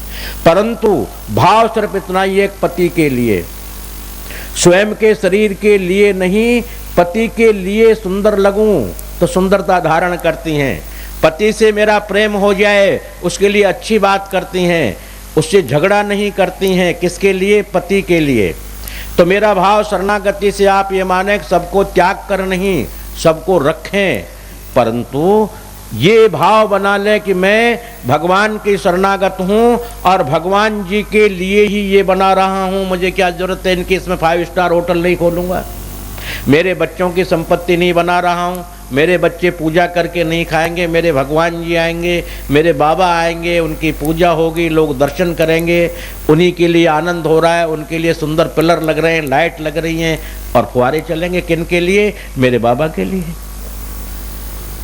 तो इस जैसे पतिव्रता औरत पति के लिए सब कुछ करती है, अपने लिए नहीं, और अपने गोत्र को मेट देती है। अर्थात ब्याह हो जाने के बाद पति का गोत्र शुरू हो जाता है और अपने पिता के गोत्र को भी मेट देती है। यथा कन्या निज गोत्रे यथा कन्या, शास्त्र कहता है कि जैसे लड़की अपने गोत्र में होती है, पिता का भारद्वाज गोत्र है तो अपने नाम के आगे लिखती है अमुक भारद्वाज, और वो दूसरा मिल गया जैमिन पति देवता तो भारद्वाज नहीं लिखेगी, अमुक जैमिन। अपने गोत्र को मिटा दिया, अपने अस्तित्व को मिटा दिया, किसके लिए? पति के लिए। इसी तरह हमारा पति जो परमेश्वर है, हम उसके गोत्र के बन जाएं, उसके बन जाएं, उसके लिए गोत्र भी मिटा दें और जो काम करें उसके लिए करें। इसी का नाम शरणागति है कि जो कुछ कर रहा हूं प्रभु तेरे लिए कर रहा हूं। तो भगवान स्वयं हमारे भजन को सहन करता है। और घट में राम बगल में छुरी, फिर वो बहन नहीं करता। जब ये कह दें कि ये मंदिर किसका है? मेरा है। आश्रम किसका है? मेरा है। और इसमें फला काम हो गया, बोलो भगवान ने बुरा कर दिया। ये पिटाई के लक्षण है। बिल्कुल पिटाई के बिना सर रहेगा ही नहीं, इतना पिटेगा कि सर में बाल भी नहीं रहेंगे। तो कभी कभी मैं कह देता हूँ मेरा, तो आप विचार कीजिए, हंसने की बात नहीं कर रहा हूँ, सच्चाई हंसो तो हंसो। देखिए कभी मैंने कह दिया कि मेरा, कह देता हूँ कभी कभी मनुष्य सुने, बाल मेरे यहाँ तक थे, वो उड़ करके यहाँ तक हो गए। इतनी पिटाई होती है यहाँ से। बोला अच्छा तेरा है, जाए 5 पड़ गए थप्पड़ और बाल आगे हो गए। ये बाल उड़ते जा रहे हैं। वर्मा जी आपने क्या यहीं तक देखे थे बाल 5 साल पहले? कहाँ तक देखे थे? आगे तक देखे। वर्मा जी को पता है यहाँ रहते यहाँ तक थे, पर पिटाई खा खा कर यहाँ तक हो गए। वो पिटाई का काम है। अरे एक भाव भगवान के आश्रित हो जाए कि ये बच्चे बोले ये भी तेरे हैं, ये धन बोले ये भी तेरा है, और बोले ये कर्जा बोले ये भी तेरा है, और ये धन है, ये करोड़पति है, बोलो ये भी तू है, मैं नहीं हूँ। कर्जा तेरा, धन तेरा, बालक तेरे, बच्चे तेरे, मैं भी तेरा। ऐसा भाव बना लिया जाए तो परमात्मा में दुखी होने ही नहीं देगा। अब दुखी हम क्यों होते हैं कि ये बीबी मेरी, बच्चे मेरे, मकान मेरा, कार मेरी, बंगला मेरा, फला चीज मेरी, और कोई कार का एक्सीडेंट हो गया, भगवान तेने बहुत बुरा कर दिया, तेरा सत्यानाश जाए।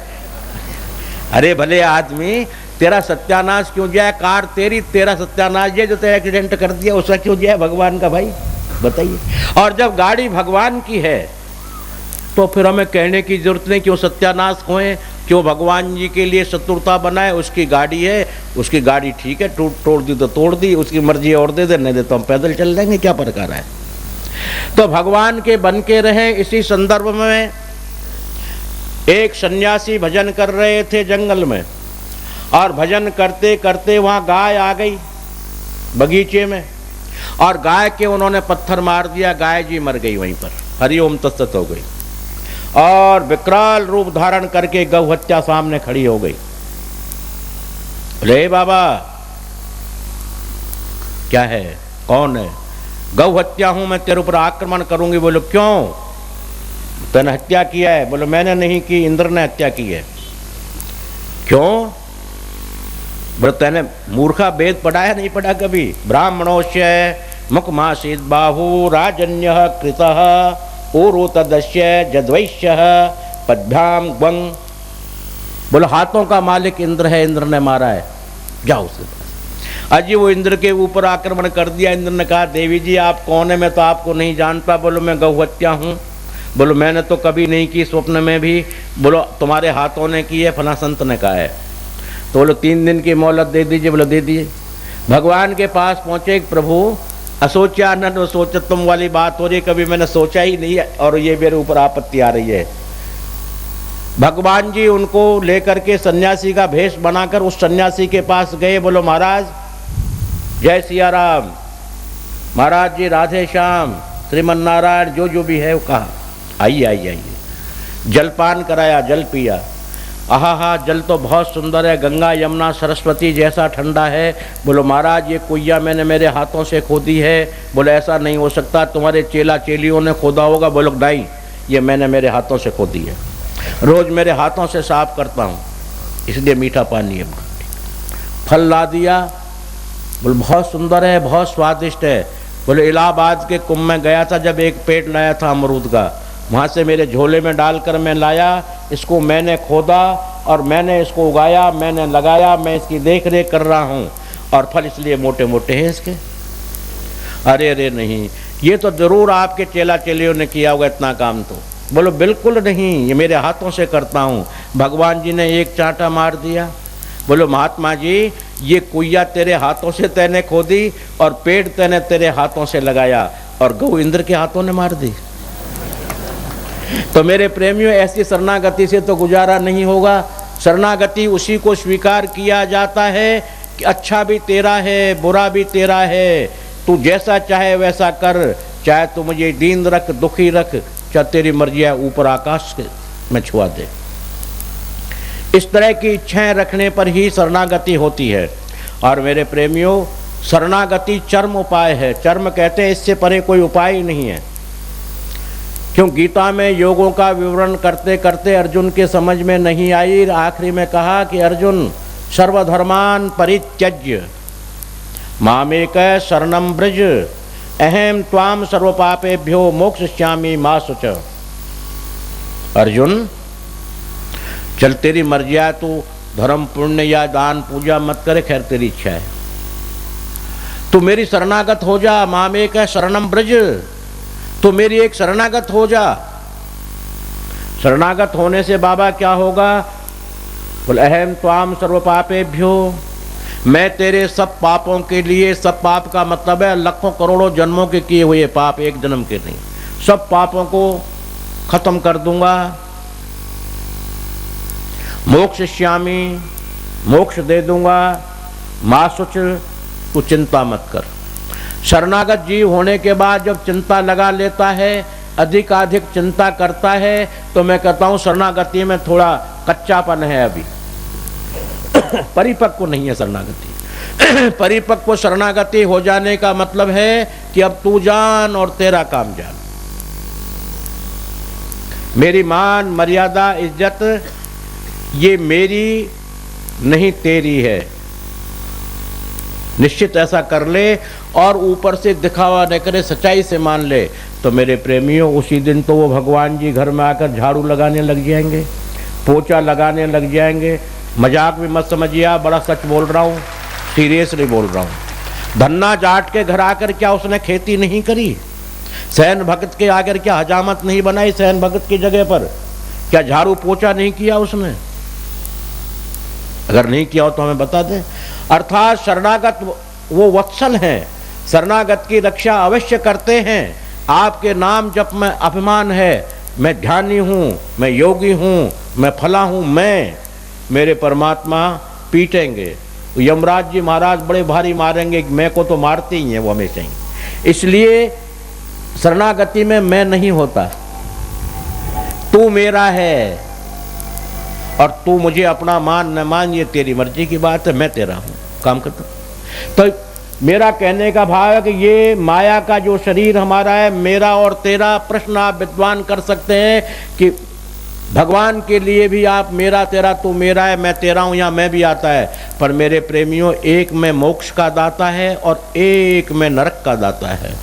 इस संसार के हाड मांस बलमूत्र के शरीर से मैं मेरा तू तेरा करेगा तो नरकगामी और पापी हो जाता है जीव, और परमात्मा को मेरा और तेरा कर लेने के बाद वो मोक्षगामी हो जाता है, क्योंकि परमात्मा अलौकिक हैं। ये संसार का संबंध बंधा हुआ है और उससे हमारा अनादिकाल से है। सनातनस्त्वम पुरुषो मतो में, मैं अनादिकाल का हूँ। और हे जीव, तू सनातनी है और मैं भी सनातनी हूँ। सनातनस्त्वम पुरुषो मतो में, ये गीता का श्लोक बोल रहा हूँ। अर्थात तू और मैं दोनों सनातनी हैं। सनातन मार्ग को तू अपना तो मुझे मिलेगा, वरना नहीं मिल पाएगा, कि तू सनातनी और मैं सनातनी। सनातनस्त्वम पुरुषो मतो में। मेरा भाव कहने का ये अधिक न बढ़ाकर मेरे प्रेमियों, शरणागति हम लोग स्वीकार करें और धीरे धीरे धीरे धीरे उसका अभ्यास करें। अरे कभी कभी हमने घर हमारा मान लिया, कभी भगवान का मान लिया, भूल चूक में हमारा मान लिया, फिर उसका मान लिया। इसी कदर से अभ्यास करते करते करते करते बड़ी दृढ़ता आ जाती है। अरे लड़की जब पहले जब शादी होती है तो पहले दिन रोती है, और जब घर से विदा होती है तो रोती है। सब क्यों हंसते हैं भाई? ऐसा होता है, मैं देखता हूँ, रोती हैं और वहाँ मन नहीं लगता। और थोड़ा थोड़ा अभ्यास करने के बाद में जब मम्मी जाती है, पापा जाते हैं, बेटी आज रात को चल चल, बोल नहीं मम्मी अब तो मैं नहीं चलूँगी, सुबह उठ करके मुझे इनको परोठा बनाने, इनको परोठे खाने की आदत है।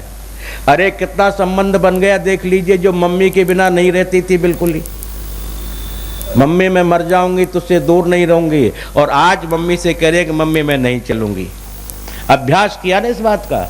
इसी तरह से जीव अभ्यास कर ले कि मैं संसार का तो हूं, पर संसार मेरा नहीं रहेगा, मुझे जाना पड़ेगा, मैं गया था आया फिर जाना पड़ेगा। इसलिए ये है तो है, ये केवल मार्ग का संबंध है हम लोगों का। तो मार्ग का संबंध तो हमको बिगाड़ना नहीं है, पर ये मेरी मंजिल नहीं है, अर्थात मेरी मंजिल पर मुझे पहुंचना है। सच्चा संबंध उस पति से बना लें। अरे बनाना तो अपन जानते हैं, मानने की आदत, बनाने की आदत तो हमारी बचपन से है। बचपन में रोते थे, माँ गुड़ की कांकड़ी दे देती देहात में, मन जाते। मनने की आदत तो है, और मानने की आदत भी है। माँ कहती कि ये तेरा चाचा है, नहीं बोलते थे और आगे हम चाचा कहने लग गए उसको। ये तेरा बाप है, बोलो ये तेरी दादी है, और जब बोलने लगे तो दादी जी आइए, नानी जी आइए, क्योंकि माँ ने बता दिया था। इसी तरह गुरु रूपी माँ, वेद रूपी माँ, वेद रूपी जनक, जो हमारे माँ बाप, शास्त्र वेद पुराण है, वो बता रहे हैं ऐसा कि हे जीव, तो इस युग में शरणागत होने पर ही तेरी रक्षा हो सकती है, वरना तो रक्षा हो ही नहीं सकती। चाहे तू योगी है, चाहे ध्यानी है, चाहे तपी है, चाहे तू दानी है, चाहे मर्जी है जो है, पर बिना शरणागति तेरी रक्षा करने वाला कोई नहीं होगा। जैसे पत्नी का पति रक्षा कर सकता है, और पति के साथ हजारों हजारों आदमी और खड़े हो सकते हैं, पर जब उसने पति स्वीकार किया ही नहीं तो अपने आप जान, उसकी मर्जी ऐसो कर, उसमें कोई क्या करे। इसी तरह से जैसे बिना पति के रक्षा नहीं हो सकती, उस तरह इस जीवपति भगवान की शरणागति के बिना आपकी हमारी कोई रक्षा नहीं होगी। ये निश्चित याद रखें। चाहे आप धनवान हैं, चाहे योग्य हैं, चाहे गुणवान हैं, चाहे बदसूरत हैं, चाहे बहुत खूबसूरत हैं, वहाँ खूबसूरत बदसूरत का कोई लेख नहीं है। वहाँ तो लेख है कि हरि को भजे सो हरि का होई, वहाँ ऊंच नीच अंतर नहीं कोई। वहाँ गरीब अमीर का भेद है ही नहीं, स्त्री का भेद है ही नहीं, नपुंसक लिंग का भेद है ही नहीं, बलवान का भेद नहीं। और चाहे हमारे लक्ष्मीचंद जी ने कितनी पहलवानी की हो, ये पहलवानी से क्या उसको यमराज को दबा लेंगे? बिल्कुल नहीं दबा सकते, बिल्कुल नहीं, हो ही नहीं सकता। वहाँ तो हरि को भजे सो हरि का होई, और हरि को भजन करते हुए हरि का होई का मतलब है शरणागत हो जा। और शरणागत के बिना उद्धार नहीं है, शरणागत के बिना इस जीवन का लक्ष्य नहीं है, शरणागति के बिना किसी प्रकार के किए हुए काम सब निरर्थक हैं, जीरो की तरह। तो आज तो मेरे प्रेमियों, इन्होंने हमारे पास शरणागति के लिए ही कहा कि मामेव ये प्रपद्यन्ते माया मेया तरंतिते चिंतनियाम माया मेता तरंतिते, गीता का ये बोल ही चुका हूं मैं, इसको देखता भी नहीं।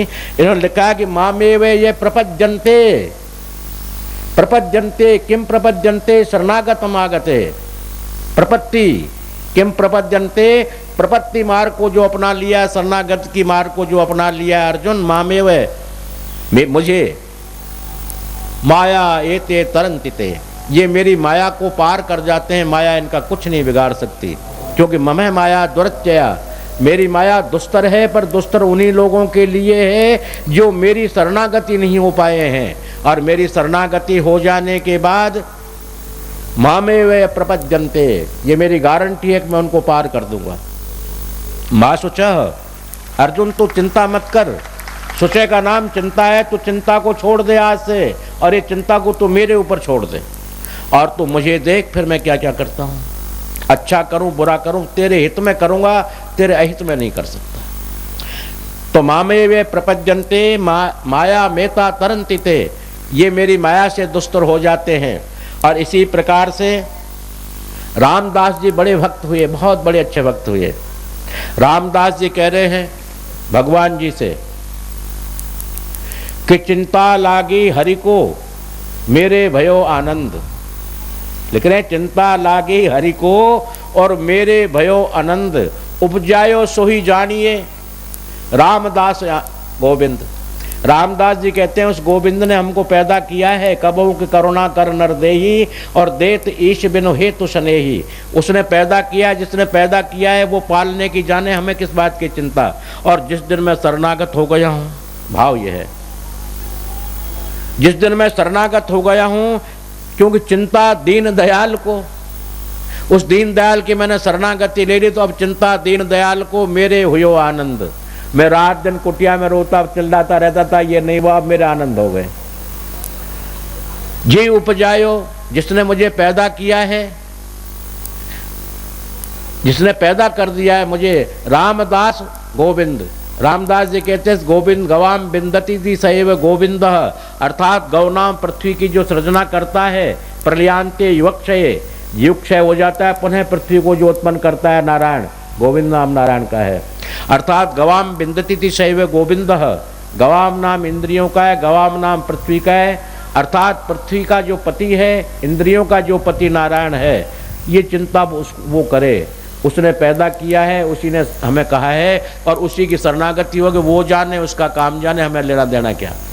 तो मेरे प्रेमियों, ऐसा भाव हम लोगों को बना लेना चाहिए।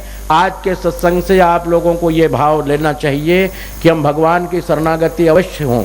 शरणागति के बिना हमारी मोक्ष, शरणागति के बिना हमारी सद्गति, शरणागति के बिना उस परमात्मा का स्नेह और प्यार हमें प्राप्त नहीं हो सकता। और वो शरणागति का अभ्यास धीरे धीरे करें, आधा आधा कर लें, आधा मेरा है, आधा तेरा है। वैसे तो आरती में आप लोग हर बोलते हैं कि तन मन धन सब कुछ है तेरा, स्वामी जो कुछ है तेरा, तेरा तेरे अर्पण क्या लागे मेरा। ऐसा आरती में बोलते हैं। और उसी टाइम हम पहुंच गए कि बाबा 2 रोटी दे का आटा दे दे, 2 रोटी दे दे। बोल चल चल मुसडंडे बाबा जी, मोटा ढाटा और ये माला वाला पहने हुए, इनको बेच कर खा ले, तेरे बाप की आ रही है 2 रोटी। माई हमने तो इसलिए मांग ली, अभी ये कह रही थी तन मन धन सब कुछ है तेरा, तेरा तेरे अर्पण क्या लागे मेरा। तो हम वो तेरा जिसको तू करिए, उसी के हम भगत हैं, उसी के बाबा जी हैं, 2 रोटी दे दे हमको, उसके सब दे दे, 2 रोटी हमको दे दे। बोलो चल भग। ऐसा भाव ने बनाया कि आरती के टाइम तो तेरा है और आरती के बोलते टाइम पर कोई आ गया तो डंडा है। बोल भाग, यहाँ से नहीं, डंडा मार दूंगी। ऐसा न करें। शरणागत को शरणागत माने, धीरे धीरे धीरे धीरे अभ्यास करें।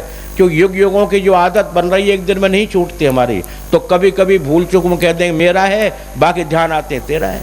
जैसे गोपिकाओं का था, भगवान कृष्ण को मारती थी, पीटती थी, पर कहती थी हे प्रभु ये मक्खन तेरा है, ये दही तेरे लिए जमा रही हैं, ये दूध तेरे लिए निकाला है, ये गाय तेरी हैं, बछड़े तेरे हैं, क्यों।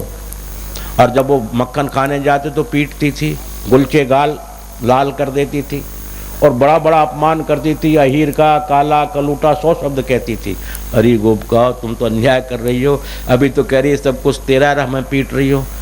अरे बोलो देख, हम ये गाय तेरी हैं, इसलिए तेरी है कि तू इनको जंगल में चरा कर लाता है, राक्षसों से बचाता है, कीड़े मकोड़ों से बचाता है, इसलिए तेरी है, बाकी दूध दही तो हमारा है। ये गोपी ग्वाल तेरे इसलिए है, राक्षस इनको खा जाते, तो इनको बचा रहा है, इनकी रक्षा कर रहा है, इनकी आयु बढ़ा रहा है, इनको स्वस्थ बना रहा है, इसलिए तेरे हैं, बाकी तेरे बाप का है क्या, बाकी तो हमारे हैं। और बोले दूध दही वाली कहानी, बोलो दही के तो तेरा है, इसलिए तेरे नाम से दही बहुत मीठा जमता है और चक्कू से काटने वाला जम जाता है। हमारे इसके चौगुने पैसे मिल जाते हैं कंस के यहाँ जा कर के मथुरा में, इसलिए तेरा नाम लेती है, नहीं तेरा हमें क्या जरूरत पड़ गई है। तो बोलो अब छाछ पिला दे, बोलो छाछ भी नाच कर पिलाऊंगी। कहने का भाव है कि ये मेरा भी है, तेरा भी है, भूल चूक में मेरा, बाकी सब तेरा। अर्थात ये सब कुछ तेरा ही है, मेरा इसमें है ही नहीं। तुभ्यमेव समर्पये। भगवान कहते हैं कि हे जीव तू ऐसा कह दे, तुभ्यमेव समर्पये, मैं स्वीकार कर लेता हूँ। लोग कहते हैं मूर्ति में क्या रखा है, पर भगवान श्री कृष्ण गीता में आज से 5000 वर्ष पहले ये कह रहे हैं कि अर्जुन 5000 पहले की गीता नहीं है, गीता को हो गए अनादिकाल। अर्थात गीता का ज्ञान सूर्य भगवान ने स्वयंभू मनुओं को दिया था, अर्थात ये सतयुग का है गीता। इसकी पुनः रिपीट, पुनः उद्धार, पुनः उसकी पुनरावृत्ति अर्जुन से कृष्ण ने की। और गीता का तो अनादिकाल जब ये सृष्टि रची थी, उसी वक्त वेद और गीता दोनों का निर्माण भगवान ने किया। सूर्य ने अपने मरीचि पुत्रों को मनुओं के लिए ज्ञान दिया था। मनवंतरोवाच, मनवंतरों के अंदर में, नई गीता नहीं है ये। तो उसमें भगवान पुनः रिपीट करते हैं कि अर्जुन, यानी बार बार वो कहते हैं कि अर्जुन तू मुझे निराकार मानेगा, बेवकूफ है, मूर्ख है तू, मैं साकार हूं। तो बोले साकार कैसे? बोले पत्रम पुष्पम फलम तोये यो में भक्त्या प्रियच्छति। अर्जुन पत्र पुष्प फल तोय नाम जल जो मुझे यो में भक्त्या, किम भक्त्या श्रद्धान्विता शरणागतविता, जो मेरा शरणागत शिष्य हो गया है, जो शरणागत जी हो गया है, वो भक्ति के द्वारा मुझे तुलसी पत्र फल फूल जो कुछ भी चढ़ाता है, पत्रम पुष्पम फलम तोय यो में भक्त्या प्रयच्छति तदहम भक्त प्रश्नामी, मैं उसके लिए खाता हूँ, ग्रहणास्नामी ग्रहण करता हूँ। मेरे प्रेमी बता दो, कभी निराकार ने कोई चीज ग्रहण की है? किया कभी? निराकार ने कभी ग्रहण किया है क्या? नहीं कर सकता। इसलिए भगवान अर्जुन से कहते हैं कि अर्जुन मैं साकार हूं और साकार ही रहूंगा और साकार ही था। सदा क्षीर सागर शयन, सदा क्षीर सागर में शयन करता हुआ साकार हूं। और परित्राणाय साधूनाम वैनाशाय च दुष्कृताम धर्म संस्थापनार्थाय संभवामि युगे युगे, युग युग में फिर मैं साकार बन के आता हूं और साकार बन के यहाँ से जाता हूं, फिर मैं साकार होता हूं। अर्थात पत्रम पुष्पम फलम तोये यो में भक्त्या प्रियच्छति, भक्ति पूर्वक जो मुझे कोई देता है उसको तदहम प्रतिगृह्णामि, मैं उसको ग्रहण करता हूँ, बख्शामि खा लेता हूँ। मेरे प्रेमियों, क्या निराकार ने कभी खाया है? मैंने सुना नहीं। अगर मैं यूं कर दूं निराकार वस्तु खा ले तो क्या खाएगी वो? निराकार खा नहीं सकती, निराकार ग्रहण नहीं कर सकती। इससे साबित, इससे भाव निकलता है कि अर्जुन से भगवान कृष्ण गीता के ज्ञान में भी ये कह रहे हैं कि मैं साकार हूं और भक्तों के दिए हुए वस्तु को मैं ग्रहण कर लेता हूं, मैं खा लेता हूं, स्वीकार कर लेता हूं।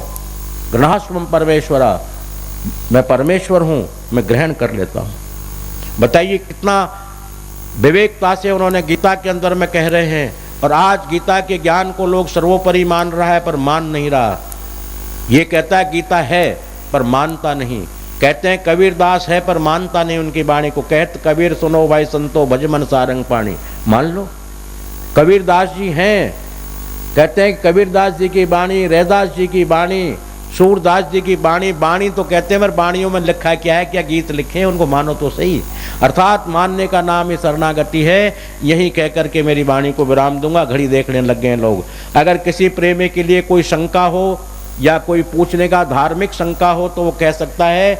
यहाँ हमारे ट्रस्टी बैठे हैं, ये अवश्य आपको उन पत्रों को लेंगे और समाधान शास्त्र विधि से, न्याय विधि से हम लोग करेंगे।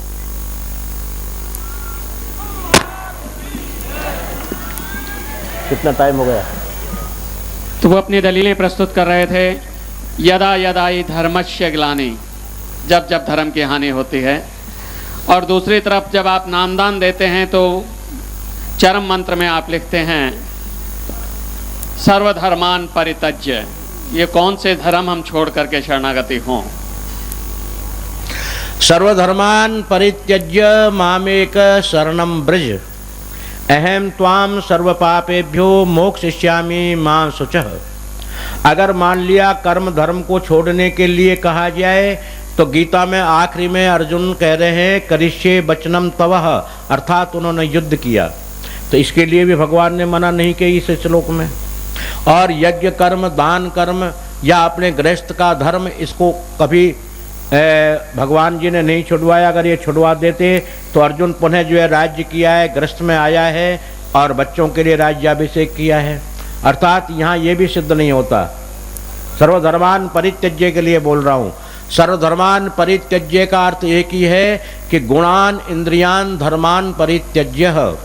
मैं मेरे लिए कर रहा हूँ, मुझे सुख चाहिए, मुझे लग्जरी चाहिए, मैं मेरे लिए कर रहा हूँ, ये मेरा है। हे अर्जुन तू इसका त्याग कर दे, जय और पराजय का त्याग कर दे। क्या होगा ये मैं जानता हूँ। और यत्र योगेश्वरो कृष्ण तत्र पार्थिव धनुर्धर यत्र श्री विजीर भूत्वा नीति शास्त्र मतिर्मम।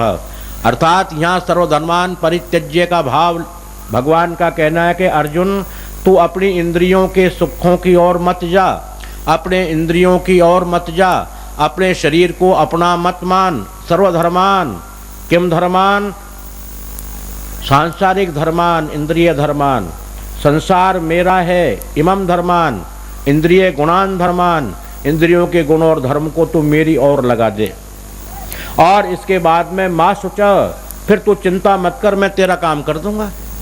तो ये जो लिखा है सर्वधर्मान, तो किसी प्रकार के धर्म का जप तप पूजा सेवा का त्याग नहीं लिखा, संसार के गुण का त्याग नहीं लिखा, बच्चे को पालने का त्याग नहीं लिखा, संसार में रहने का त्याग कर दे ऐसा नहीं लिखा।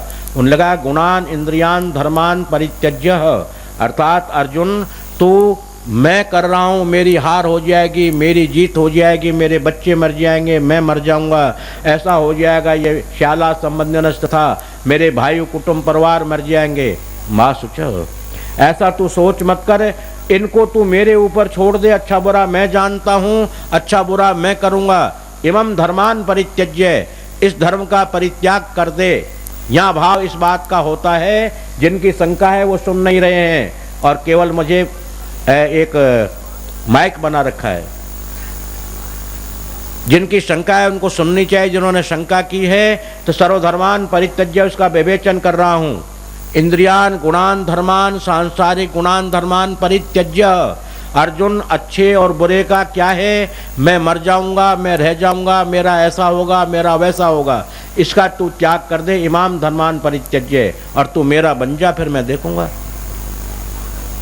इन गुणों धर्मों का परित्याग है। मलिक साहब कहाँ हैं, तो वो बोले, उनको अगर समझ न आया हुआ तो फिर बोलूंगा।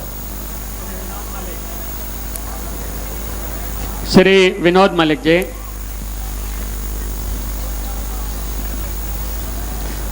हाँ, और क्या है बोलिए। श्रीमती राजबाला सोलंकी जी लिख रही हैं, भगवान की शरणागति प्राप्त करने के लिए हमें किसी गुरु या साधु संत की शरणागति पहले लेनी होगी।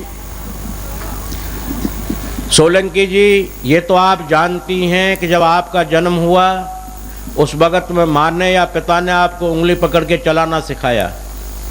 उसके बाद जब बड़े हुए तब भी उनका सहयोग रहा, और बड़े हुए तो स्कूल में शिक्षा और दीक्षा ली। अर्थात सहारे के बिना शरणागति नहीं होती, क्योंकि राम कृष्ण से को बड़े जिन्हों ने गुरु कीन, तीन लोक तारण तरण जो गुरु आगे आधीन, गुरु बिन भवनिधि तरहीन कोई, ब्रह्मा विष्णु शंकर किन होई।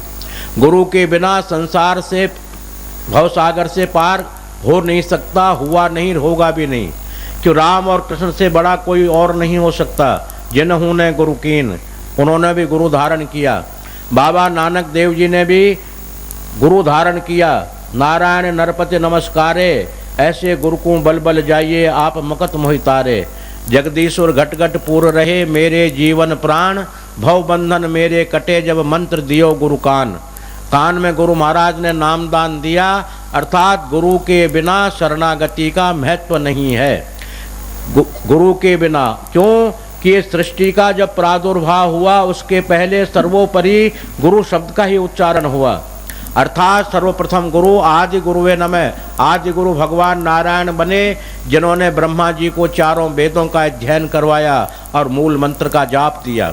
उसके बाद में लक्ष्मीनाथ समारंभ नाथ या मुनि मध्यमाम, मध्यम कहते हैं जब ये सतयुग के बाद त्रेता आया तो जमदग्नि कश्यप पुलह पुलस्त भृगु मरीचि अंगिरा आदि आदि ऋषि उत्पन्न हुए।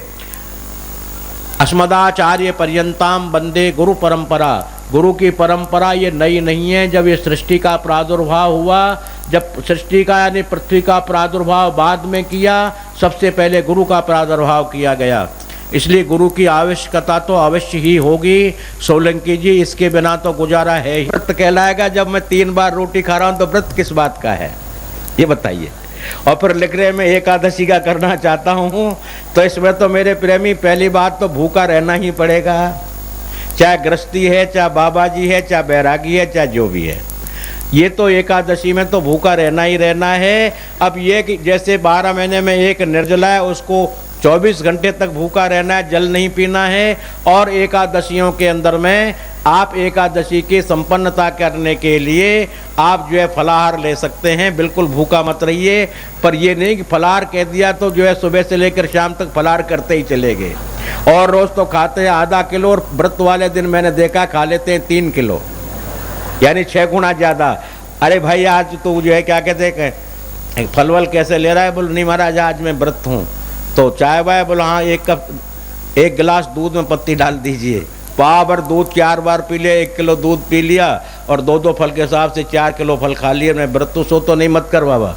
अगर मान लो व्रत का नियम यही है कि जब एकादशी समाप्त हो, द्वादशी का प्रभाव समावेश आए, उस वक़्त में आप बिल्कुल फलाहार खूब अच्छी तरह से कर लें, बिल्कुल निराहार न करें, तो फलाहार ले सकते हैं।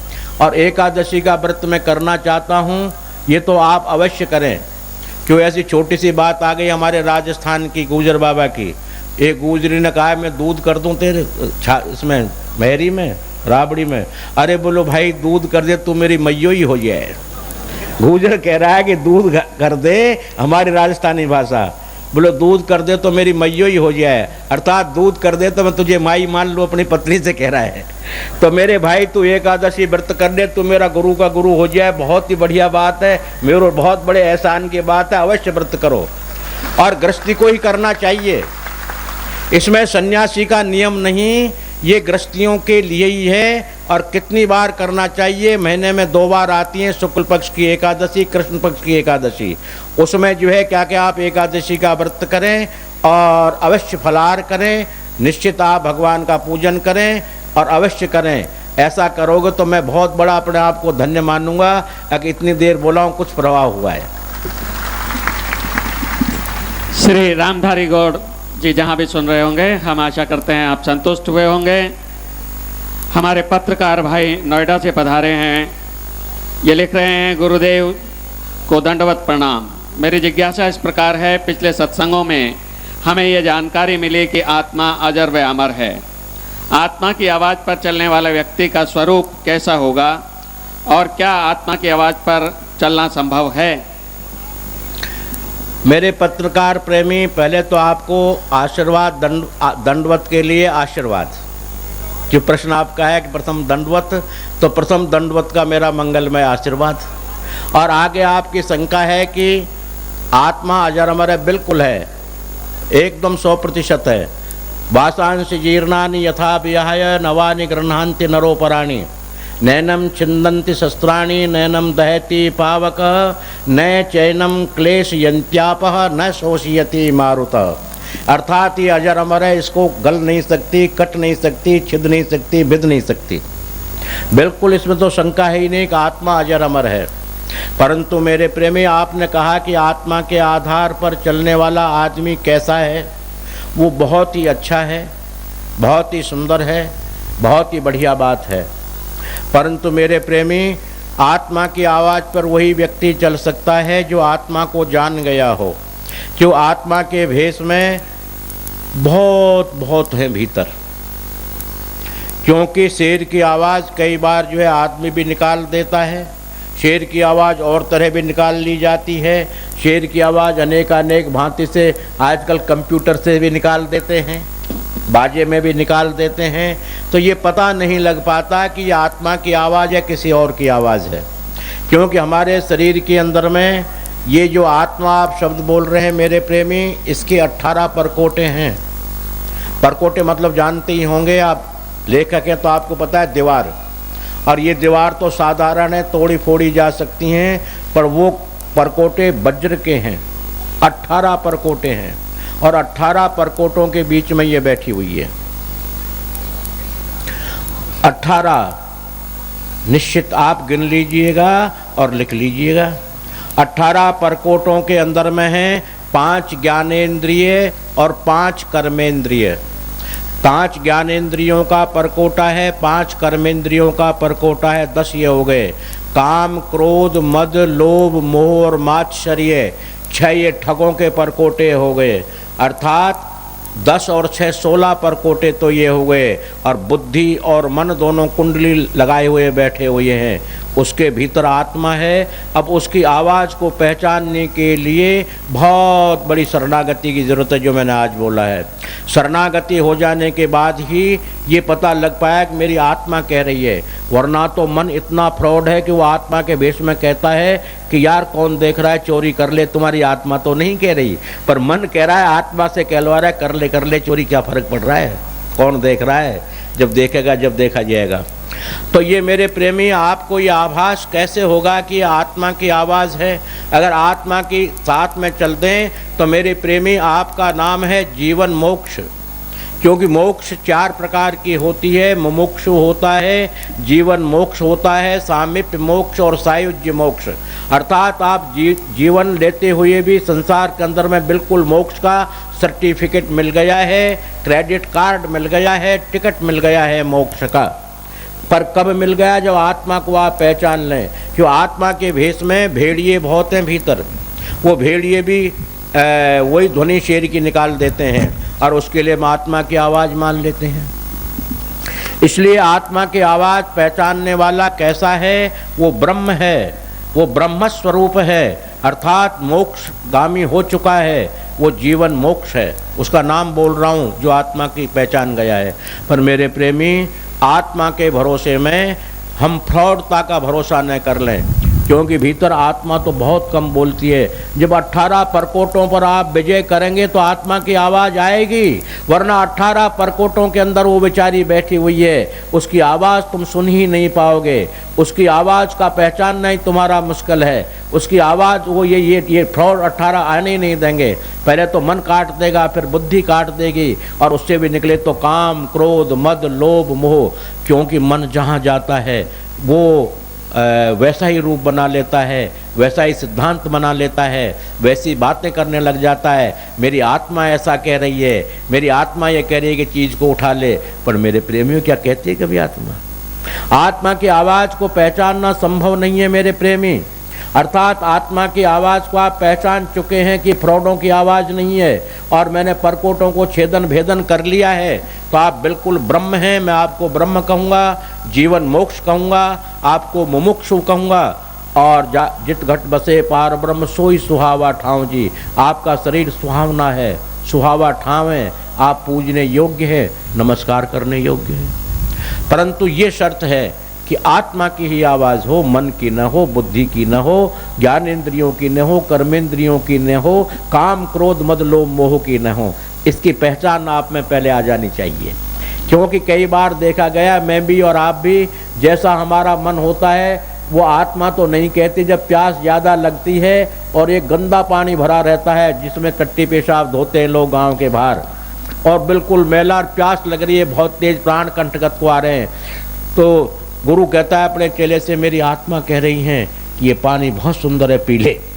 अरे आत्मा नहीं कह रही, वो प्यास कह रही है, मन कह रहा है कि बुद्धि कह रही है कि पी ले, जिससे बच जाएगा, वरना तो वो पानी तो गंदा है। आत्मा कह ही नहीं सकती तू मर जा 3 बार, पर गंदा पानी है। आत्मा नहीं कहती, पर हमारी जिज्ञासाएं, हमारा मन, हमारी आवश्यकताएं जब कहने लगती हैं, उसको हम आत्मा मान लेते हैं। ऐसा धोखा हो जाने के बाद आप नरकगामी हो जाओगे। इसकी पहचान कर लेना बहुत ज़रूरी है कि आत्मा ये ऐसा कहती है। इसका अभ्यास कीजिएगा, शरणागत होइएगा। शरणागत होने के बाद इसकी पहचान होगी और निश्चित आप परम गति को प्राप्त होगे। भाई ललित मिश्र पत्रकार महोदय, यदि सुन रहे हैं आप तो बता दीजिए आप संतुष्ट हुए कि नहीं। आ जाइए, थोड़ा सा कष्ट करिएगा। मैं पूर्णतः संतुष्ट हूँ। धन्यवाद।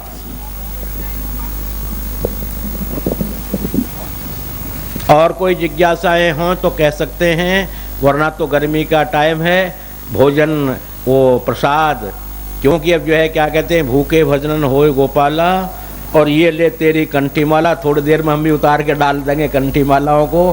तो भूख का भी टाइम होता चला जा रहा है, और अन्नपूर्णा भी आपका इंतजार कर रही है, गर्मी भी पड़ रही है। और कोई शंका हो तो मैं डर नहीं रहा, फिर बोल दीजिए, मैं जरूर प्रेमी भक्तों, समय की कमी और आपकी विवशता देखते हुए आज का सत्संग हम यहीं पर संपन्न कर रहे हैं। आशीर्वाद कार्य शुरू होगा। आपसे हमारी हाथ जोड़ के प्रार्थना है अपने अपने स्थान पर बैठे रहें। जैसे जैसे हमारे कार्यकर्ता आपको उठाएं वैसे ही आप अपने स्थान से खड़े हों, और भोजन अन्यथा पर आप जाएं। बैठकर दर्शनों का लाभ उठाएं।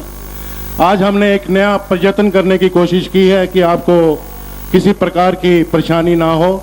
आप सभी को टोकन मिले होंगे अलग अलग रंग के। सबसे पहले लाल रंग का टोकन दिया गया है। जिनके पास लाल रंग का टोकन है, मेरे दाहिनी और आगे के पोर्शन में बैठे हुए हैं, उन भक्तों को वहां से लाइन क्रमबद्ध उठाया जाएगा, वही उठें। बाकी जितने भक्त लोग हैं अपने स्थान पर बैठे रहें और भजन कीर्तन का आनंद उठाएं, गुरु महाराज के दर्शनों का लाभ उठाएं।